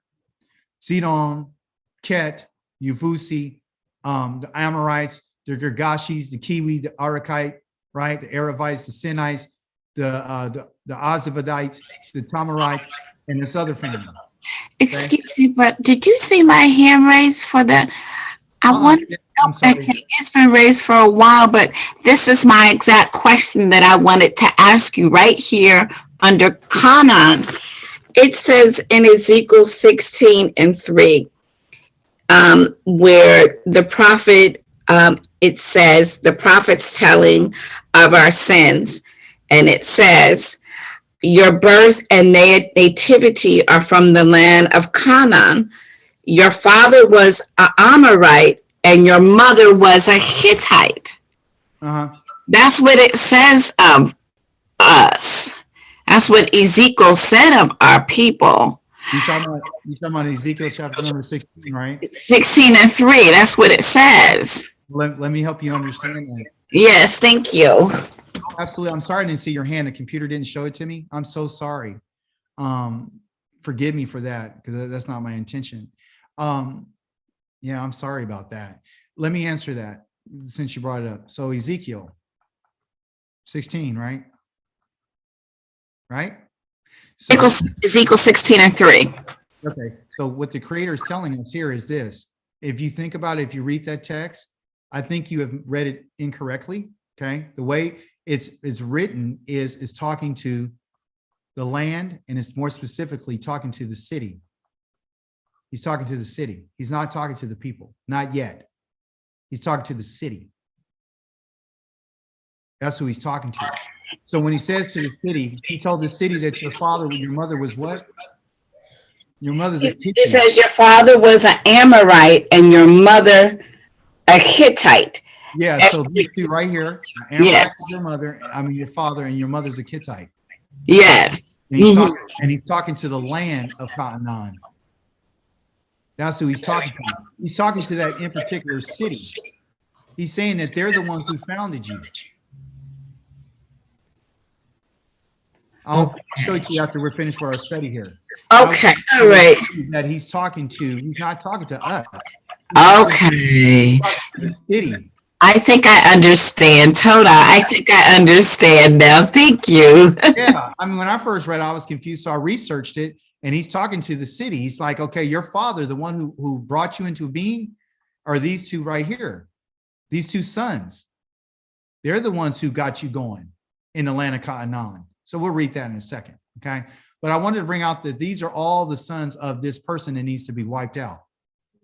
Yah says, I want to get rid of that family, because this one right here was born out of incest and out of the way that it came about. And this is the reason why their behaviors are the way that they are.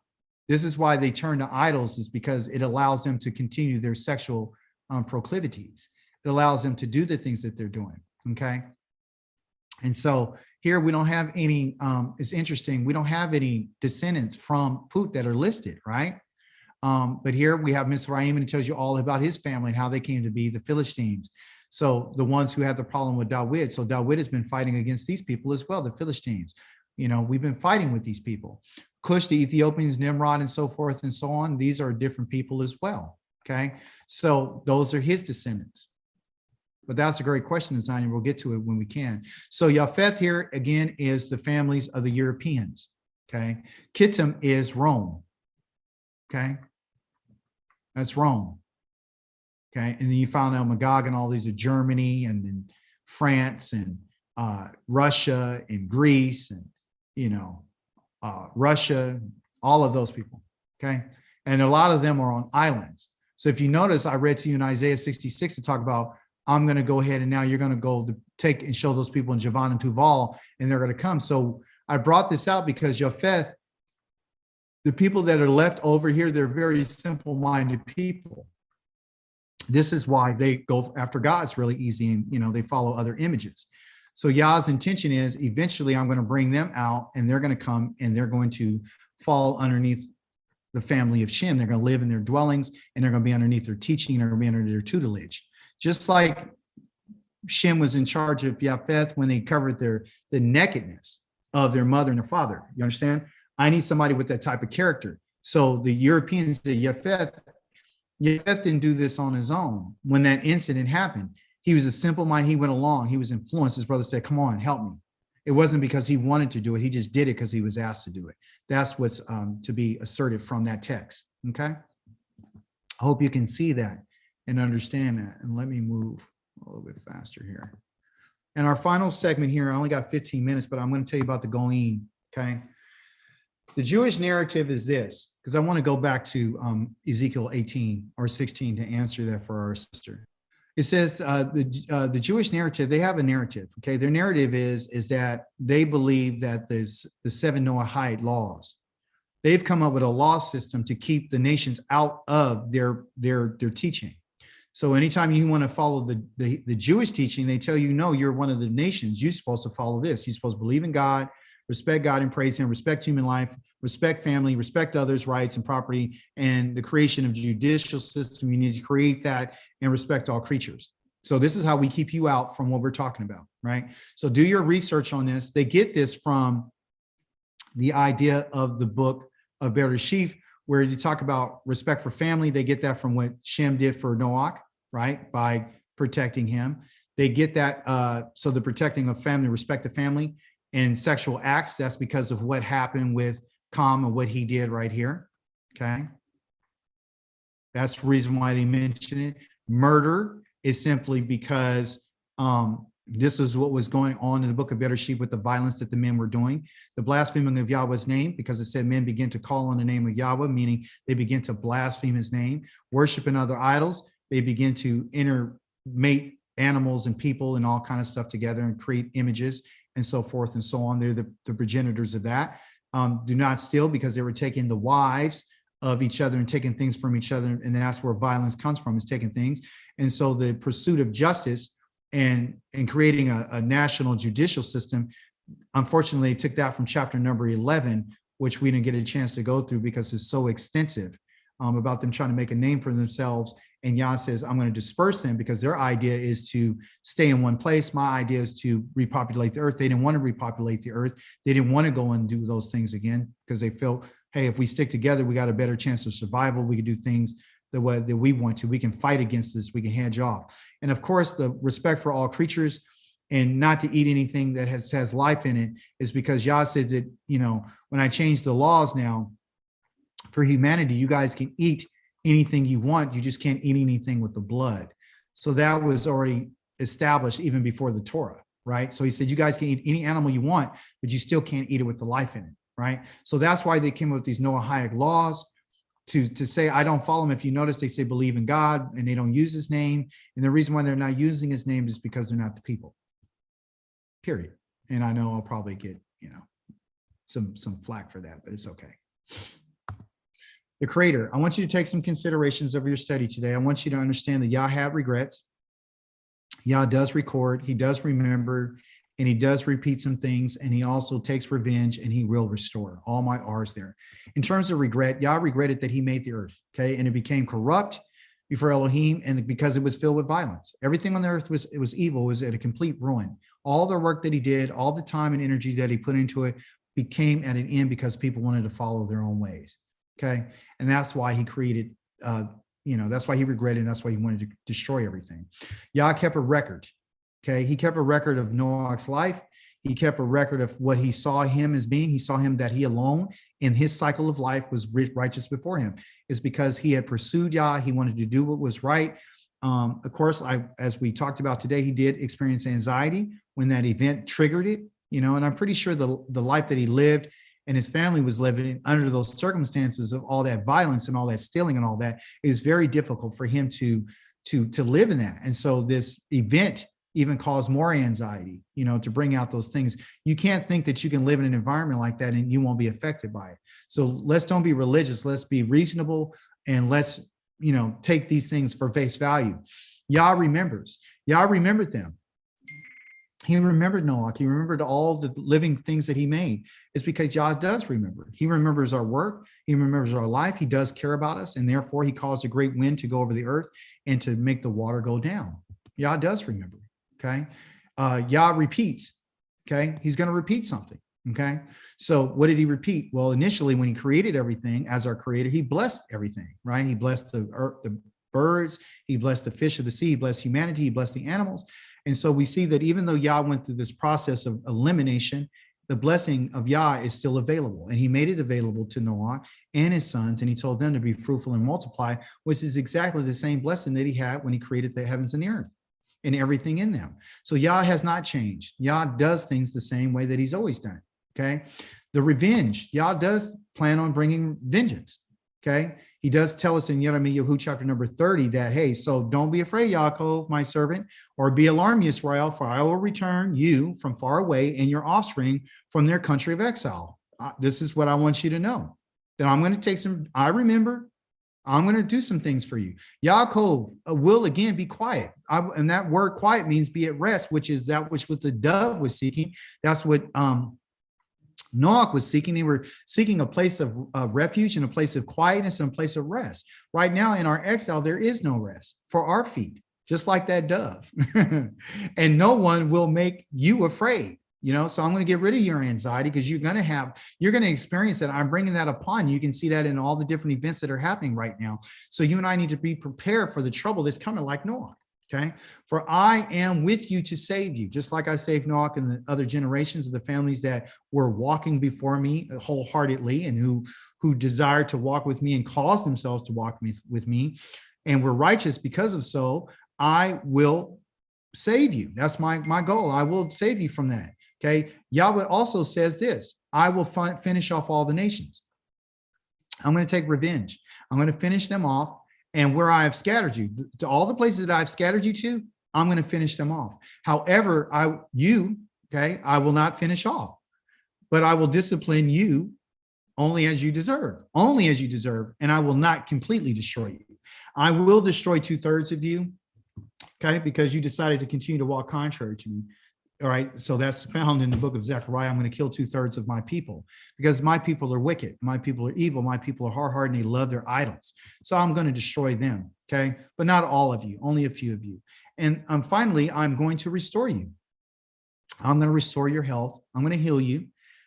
You have wounds that have not been healed. The nations, you've been looking to them to heal you. You've been looking to them to restore you. You've been looking for them to respect you, but they're not going to respect you and they're not going to restore you. And they're not going to refund you, and you're never going to get a reparations. I'm not going to allow that to happen, because if they gave you reparations, that means that they're going to try to heal your wounds, but your wounds can't be healed by nobody except for me, says Yahweh, because they called you an outcast, Zion, with no one who cares about her, because nobody does care about Zion. No one cares about this body of people, these people who are responsible for the Torah. But I'm not only going to restore you in terms of your health and your wealth, but I'm also going to restore you back to your royal position. Okay. Thus saith Yahweh, I will return Yaakov's captives to their tents. Okay. And I will take pity on his dwellings. Cities will be rebuilt. Okay. And that's part of the restoration, and on their own tails in their palaces where they supposed to be. Okay. From them will come Thanksgiving and the sound of people celebrating. So you guys have a party to look forward to, especially those of you who are my servants, and I will increase them because that's what I do.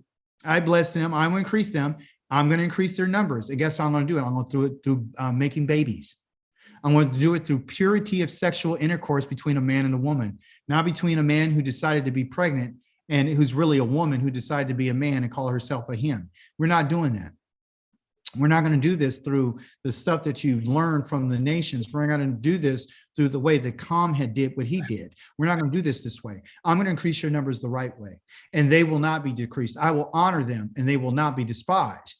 Their children will be as they used to be, and their community confirmed in my presence, okay? And I will punish everyone who oppressed them or oppresses them. I'm going to punish people, okay? Not only going to restore you to your position of your royal position of being back in my presence and establishing the community back to where it needs to be, but I'm going to restore your royal power, okay? For here's what Yahweh Elohim says, right? He says, sing for joy for Yaakov. And now he's talking to the nations. I'm telling the nations that they need to sing for you, my people, because they're going to be, shout for the chief of nations. You are going to be the chief of nations. Out of the nations that I've have built and that I've established, I've only built them and established them for you to be the ruler over them. The only reason why I saved Noah and his sons is so I can create the nations, so I can put them underneath you, and so I can have you teach them. So I'm going to bring you back to your status of being royal again. I'm going to put that royal power back in you, and then they're going to proclaim your praise, okay? And they're going to say, Yahweh, you have saved your people. Israel's not saying this. The nations are going to say this, okay? So the people of Japheth, the simple-minded, they're going to say this. The people that are left from Com's line, they're going to say this. But also, too, the other families in Shem are going to say this, too. The remnant of Yisrael, only a small group of people, only a sha'ar, only a little batch, a little something left over of Yisrael is going to be left. And that's the people who are going to be restored to the royal power, okay? But also, too, I'm going to release you. Okay. He wants the nations to say this. Listen, he told the nations this. Here, the word of Yahweh, nations, proclaim it in the coastlands. The coastlands are the Europeans. Okay. And all that's in the nations. Say, he who scattered Israel is gathering him like a shepherd his flock. For Yahweh has ransomed Yaakov and redeemed him from hands too strong for him. So when Yahweh made the nations, he made them in order to oppress us, in order to do harm to us, in order to bring us back to Yahweh so he can come and get us and show them who he is.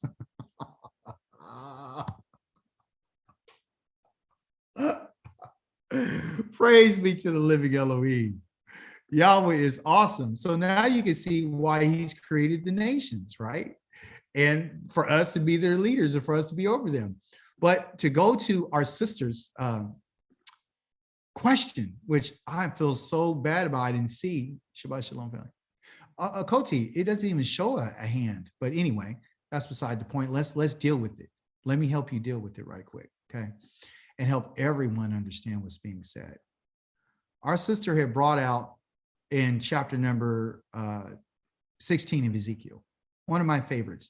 In it, Yah calls this land a whore.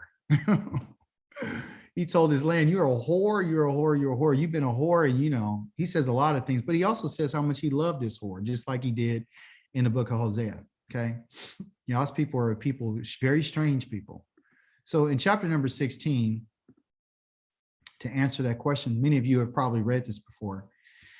It says, the word of Yahweh came to me, okay, to Ezekiel, Yakeziel, and he said this, human being, make Yerushalayim realize how disgusting her practices are. All right. Yisrael, that's the subject. Okay, that's the subject. Make Yisrael, Jerusalem. Okay, Yisraelim is a city in the land of Yehuda.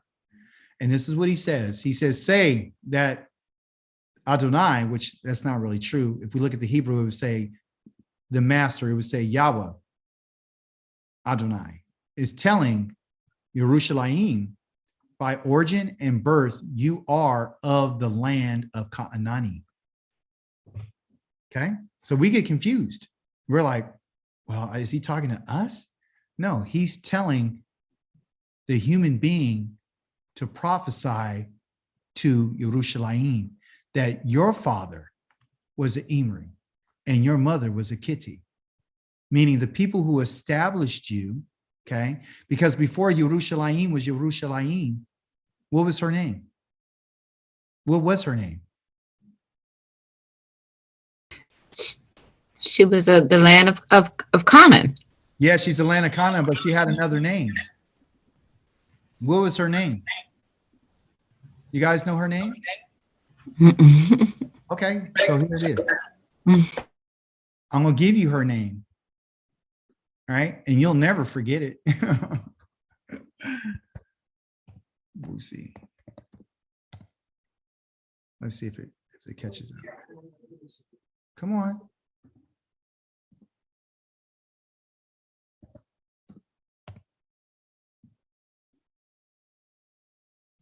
All right. Her name, just so you would know, her name was called Yavusi. Okay, that was her name. And I'm looking for the right text so we can really give it to you. It's because Dawid and them, they changed her name.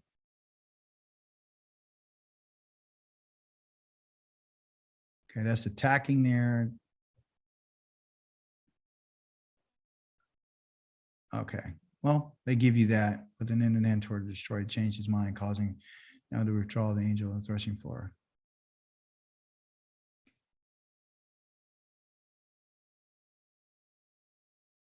Looking for the right name. People, more specifically. Oh, here you go. Perfect. All right, Koti. So here it is. First Chronicles chapter number 11, verse 4. Okay. You see that? First Chronicles. Yes. Okay, so this is what it says. And all Israel gathered themselves to Dawid in Kevron and said, here we are, your own flesh and blood. This is when they made Dawid king. And somebody mute, thank you. In the past, Even Shaul was king. It was you who led Israel's military campaigns. They're coming to David and they're saying, we want you to be our king, right? He said, Yahweh your Elohim said to you, you will shepherd my people Israel, and you will be chief over my people Israel. So the leaders of Israel came to the king in Kevron, okay, which is Chevron, really. That's where you get your gasoline from. Chevron is really Kevron. It's a Hebrew name. And David made a covenant with them in Kevron in the presence of Yahweh, and they anointed David to be king over Israel. And Yahweh said, as Yahweh had said through Shemuel, David and all Israel went to Yerushalayim, also known as Yevus, and the Yevusi. The inhabitants of that region were there. Okay. So before they became Yerushalayim, the inhabitants of Yevus taunted David by saying, you won't get in here. Nevertheless, David captured the stronghold of Zion, also known as the city of David. It's called that because David went and took over that city. Now listen to this. David said, whoever attacks the Yevusi, meaning, the Yevus, will first be commander-in-chief. And this is how Yoav, the son of Zuriah, attacked first, which is David's sister. That's David's sister. Zeruiah, that's the name of David's sister. So Yoav is David's nephew, which is his commander. David lived in that stronghold, and therefore they called it the city of David. Okay, so this is how you get this idea of the city of Yerushalayim. Its original name was Yevus, which is the Yevusi. The Yevusis are part of, as you can see here, the Yevusis are part of the people, of all the people left from the Imri, the Kiti, the Perusi, the Kiwi, and the Yevusi, which are not part of the people of Israel. So that's how that name Yerushalayim came about, because Yevusi and all of these people are sons of Canaan. These are all of Canaan's sons. There's some of them. They're not all of them. He had a lot of them. Okay. So these are the ones. So now that we have an understanding of where that name Yevusi comes from, right? Now, when we look at Ezekiel and he says, Yahweh Elohim says, telling Yerushalayim by origin and birth, you are of the land of Canaan. I'm reminding you that your father was an Imri and your mama was a Gitti. Okay. You see? And as for your birth, on the day that you were born, talking to the city, the land, right? You were born, nobody cut your umbilical cord or washed you in water or cleaned you off or rubbed salt on you or wrapped you in a cloth. No one, seeing you, had enough pity on you, land, to do any of these things for you. So he's given metaphoric language that it was really abandoned. No one cared about that land. No one had any compassion on. Instead, you were thrown into an open field in your own filth on the day that you were born. I passed by you and saw you there wallowing in your own blood. As you lay in your blood, I said, live. And yes, I said to you, lay in your blood. As you laid in your blood, live. Now listen, I will increase your numbers just like plants growing in the field. Oh, really? Yeah, that's what I'm going to do. I'm going to bring people to you. And you did increase. You developed. You reached puberty. Your breast appeared and your hair grew long, but you were naked and exposed. Now, you guys, pay attention. Your creator is getting graphic about sexual things now. Now he's telling this land how he really feels about her. Listen. Again, I passed by you, right? So first I cleaned you up. Nobody want to have anything to do with you. Then I found you. You were laying there in your blood. I took you, when you were a baby, and I wiped, took you and I swallowed you and I washed you off and I took you. And he says, listen, but once you hit that point, you started developing and you reached your puberty. Your breasts appeared and your hair grew long, but you were naked and exposed. And again, I passed by you. I looked at you and I saw that your time had come, the time for love. So I spread my cloak over you to cover your private parts, right? So you're naked. I covered you and entered into a covenant with you. And as Yahweh Elohim, and you became mine. This is the reason why Yah loves Yerushalayim. He's letting you know how Yerushalayim came to be Yerushalayim. Then I bathed you in water. I washed off the blood off of you, and I anointed you with oil, and I clothed you with embroidered gown and gave you the fine leather sandals to wear and put a fine head linen headband on your head and covered you with silk. I gave you jewelry to wear, bracelets for your hands, a necklace for your neck, a ring for your nose, earrings for your ears, and a beautiful crown for your head. Why? Because I'm a what? I'm a king. So I found you, right? Thus, you were decked out with gold and silver, and your clothing was of fine linen and silk and richly embroidered cloth. I've given you this magnificence. And you ate the finest flour, the honey, the olive oil, and you grew increasingly beautiful. And you were fit to be a queen. Your fame, Yerushalayim, spread among all the nations because of your beauty, because it was perfect due to my having bestowed on my own splendor on you, says Yahweh, the Supreme Master. Remember, this whole week we've been talking about what Yahweh has done and what he's caused. But you put your trust in your own beauty, and you began prostituting yourself because of your fame, Yerushalayim, soliciting everyone passing by and accepting all comers. You took your clothes and you used them to decorate with bright colors the high places you made for yourself. And there you continue prostituting yourself, Yerushalayim. Such things shouldn't have happened. And in the future, they won't.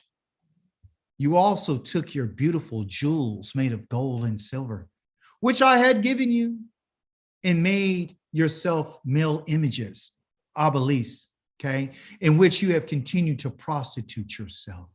You took your embroidered clothing, you covered them, these images, these male images of a penis, okay, and you set my olive oil and my incense in front of them.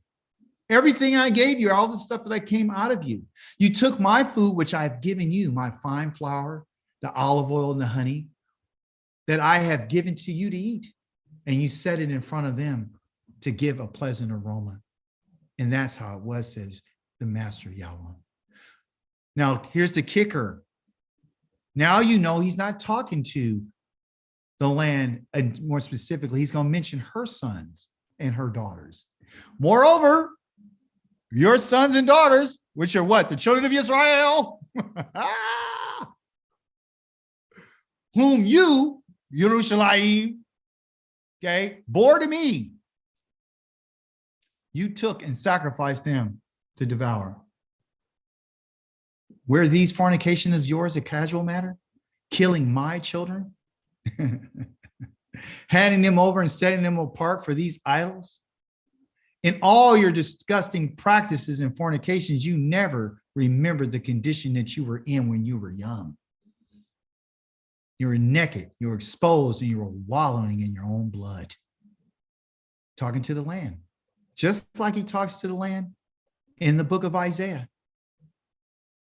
So after all this wickedness of yours, woe, woe to you, says the Supreme Master Yahweh. You build platforms, you made for yourself high places in every open place. You build your high places in every street corner, turning your beauty into an abomination and spreading your legs for every passerby and multiplying your acts of fornication. You had sex with your big-membered Egyptian neighbors and engaged in fornication over and over just to provoke me. So now I've stretched over my hand over you. I've diminished your ration of food, and I put you at the mercy of those who hate you, which are the nations. The daughters of the Philistine who find your lewd behavior revolting. We know the Philistine are from the land of Cam. Okay. Still unsatisfied, right? Because you like getting worked over. You acted like a whore also with the people of Ashur. Yes, you fornicated with them, which are the people of Nineveh, right? You fornicated with them and you were still not satisfied. You multiplied your acts of fornication in the land of traitors, the Kasdim, the Babylonians, and you still weren't satisfied. So you are so weak-willed, says the Supreme Master Yahweh. You do all these things, behaving like a shameless whore, building your platforms on every street corner, making your high places in your every open space. Yet you aren't like a whore, being scorned because you scorn getting paid. You're a different type of whore. You're the type of whore who don't even like to get paid. Now listen to this. Here's a wife who commits adultery, who goes to bed with strangers instead of her husband. But also, instead of receiving gifts like every other prostitute, you give gifts to all your lovers. You bribe them and come to you from all over the place to have sex with you. Okay. You are the opposite of other women. You solicit the fornication, Yerushalayim. You aren't solicited. You pay them. You give them everything I gave you. They don't pay you. You're the opposite. All right, you whore, listen to the word of Yahweh.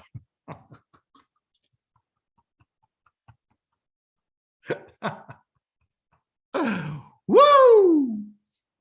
The Supreme Master says, because your filth has been poured out and your privates have been exposed through your acts of fornication with your lovers, which are the nations. And because of all your idols, of your disgusting practices, and because of the blood of your children, which you gave them, therefore, look, I'm going to gather all your lovers to whom you have been so very nice. Talking about these nations, the Kasdim and all of them, all the ones you hate, right along with the ones you love. I will gather them against you, Yerushalayim, and from all over the place and expose your private parts to them so that they will see you completely naked. I will pronounce on you the sentence that applies to women who commit adultery and murder.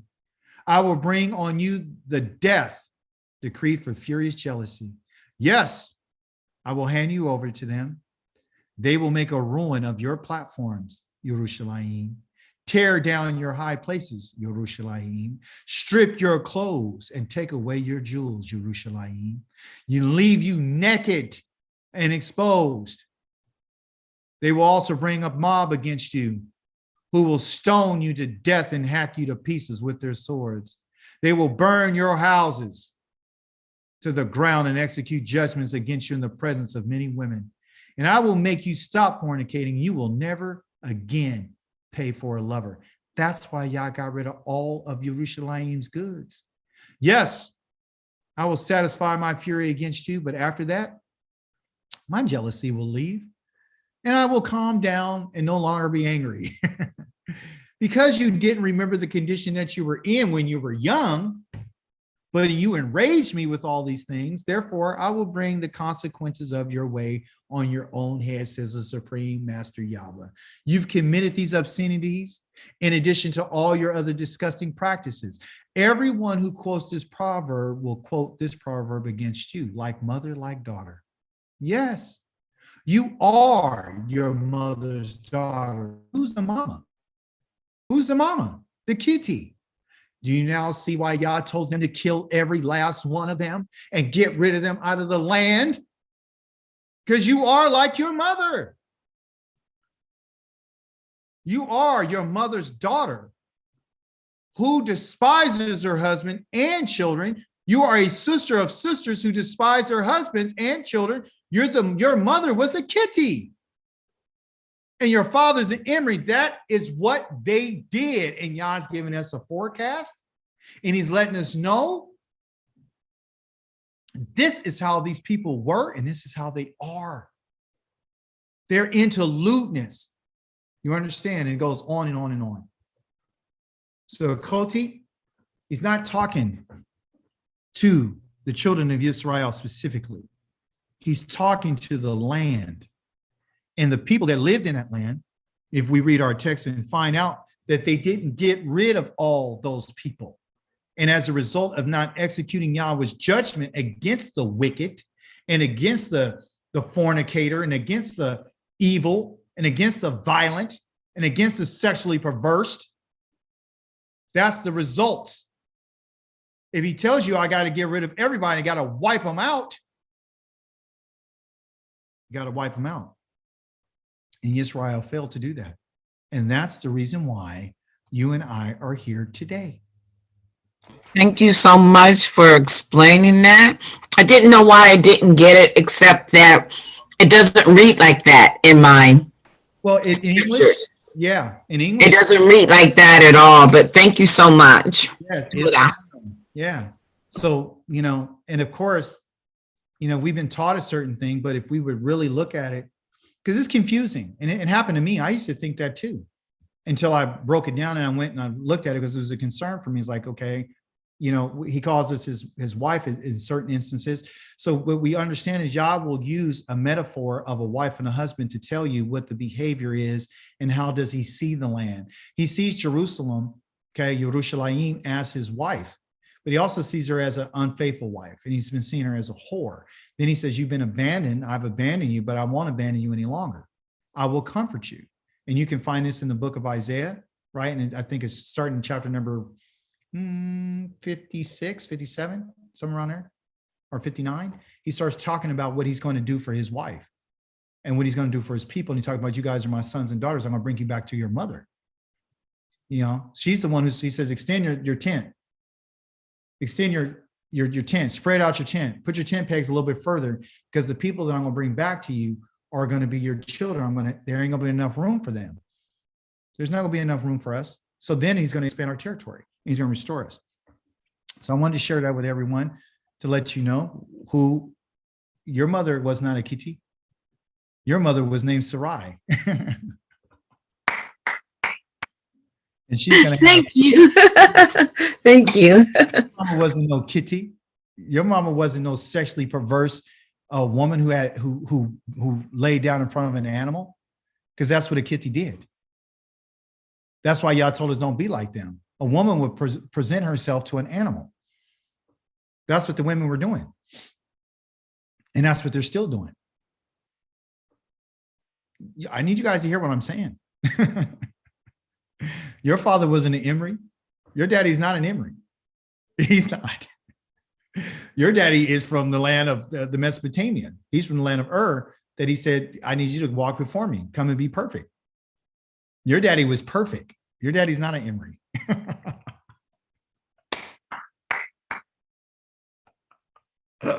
And out of your daddy will come kings and princes and stuff. You and I are a royal line. So I can't have a royal line with a messed up mind of perversion. Okay. So it's a lot of context today dealt around sexual behavior. But if you really follow the scrolls and you look at things the right way and you look at the Torah, the Torah for us, you will find out that that's the number one thing that Yah tells us. Because your blessing comes through sexual behavior. Your curse will come through sexual behavior. If you go to Deuteronomy chapter number 27, it lists all the things, the majority of those have to do with sexuality and everything that's done in secret. Sex is going to be the catalyst. If he talks about I'm going to increase your numbers, that's going to be through sex. If I'm going to bless you, it's going to be through sex. It's going to be through mating. You see, so you and I need to get the right idea about sex. And we need to protect it because it's sacred. It's kadosh. And if you don't protect it, it can lead you in a whole nother path. It can. You understand? So get rid of the perversion, get rid of the ways of the people around you, and follow the prescription that Yah has. If we would follow the recipe, we'd be okay. We're here today. You found out today that our people are nasty. He said, in you, the men are having sex with their daughter-in-laws. He called his own land a whore. I mean, come on. We don't talk about it. We need to start talking more about that. How do you think a son and a daughter got here? How are you supposed to pass it on? When your sons and your daughters get to the land that I send you to, you guys need to make sure that you continue to marry, but you got to marry the right people. I don't want you joined to the people that are outside of your family because they have ways about them that they're going to pass on. Then they're going to start doing some perverted things. And then I'm going to have to destroy you. Our Torah portion, did he not say the sons of Elohim took the daughters of men and took as many as they want? Sex. That's what this is about. And it's about perversion. Okay? So think about that today. Any remarks? Contributions? Heavy, huh? Do any of you guys, everyone knew this, or does anybody ever heard this before? I'm kind of interested.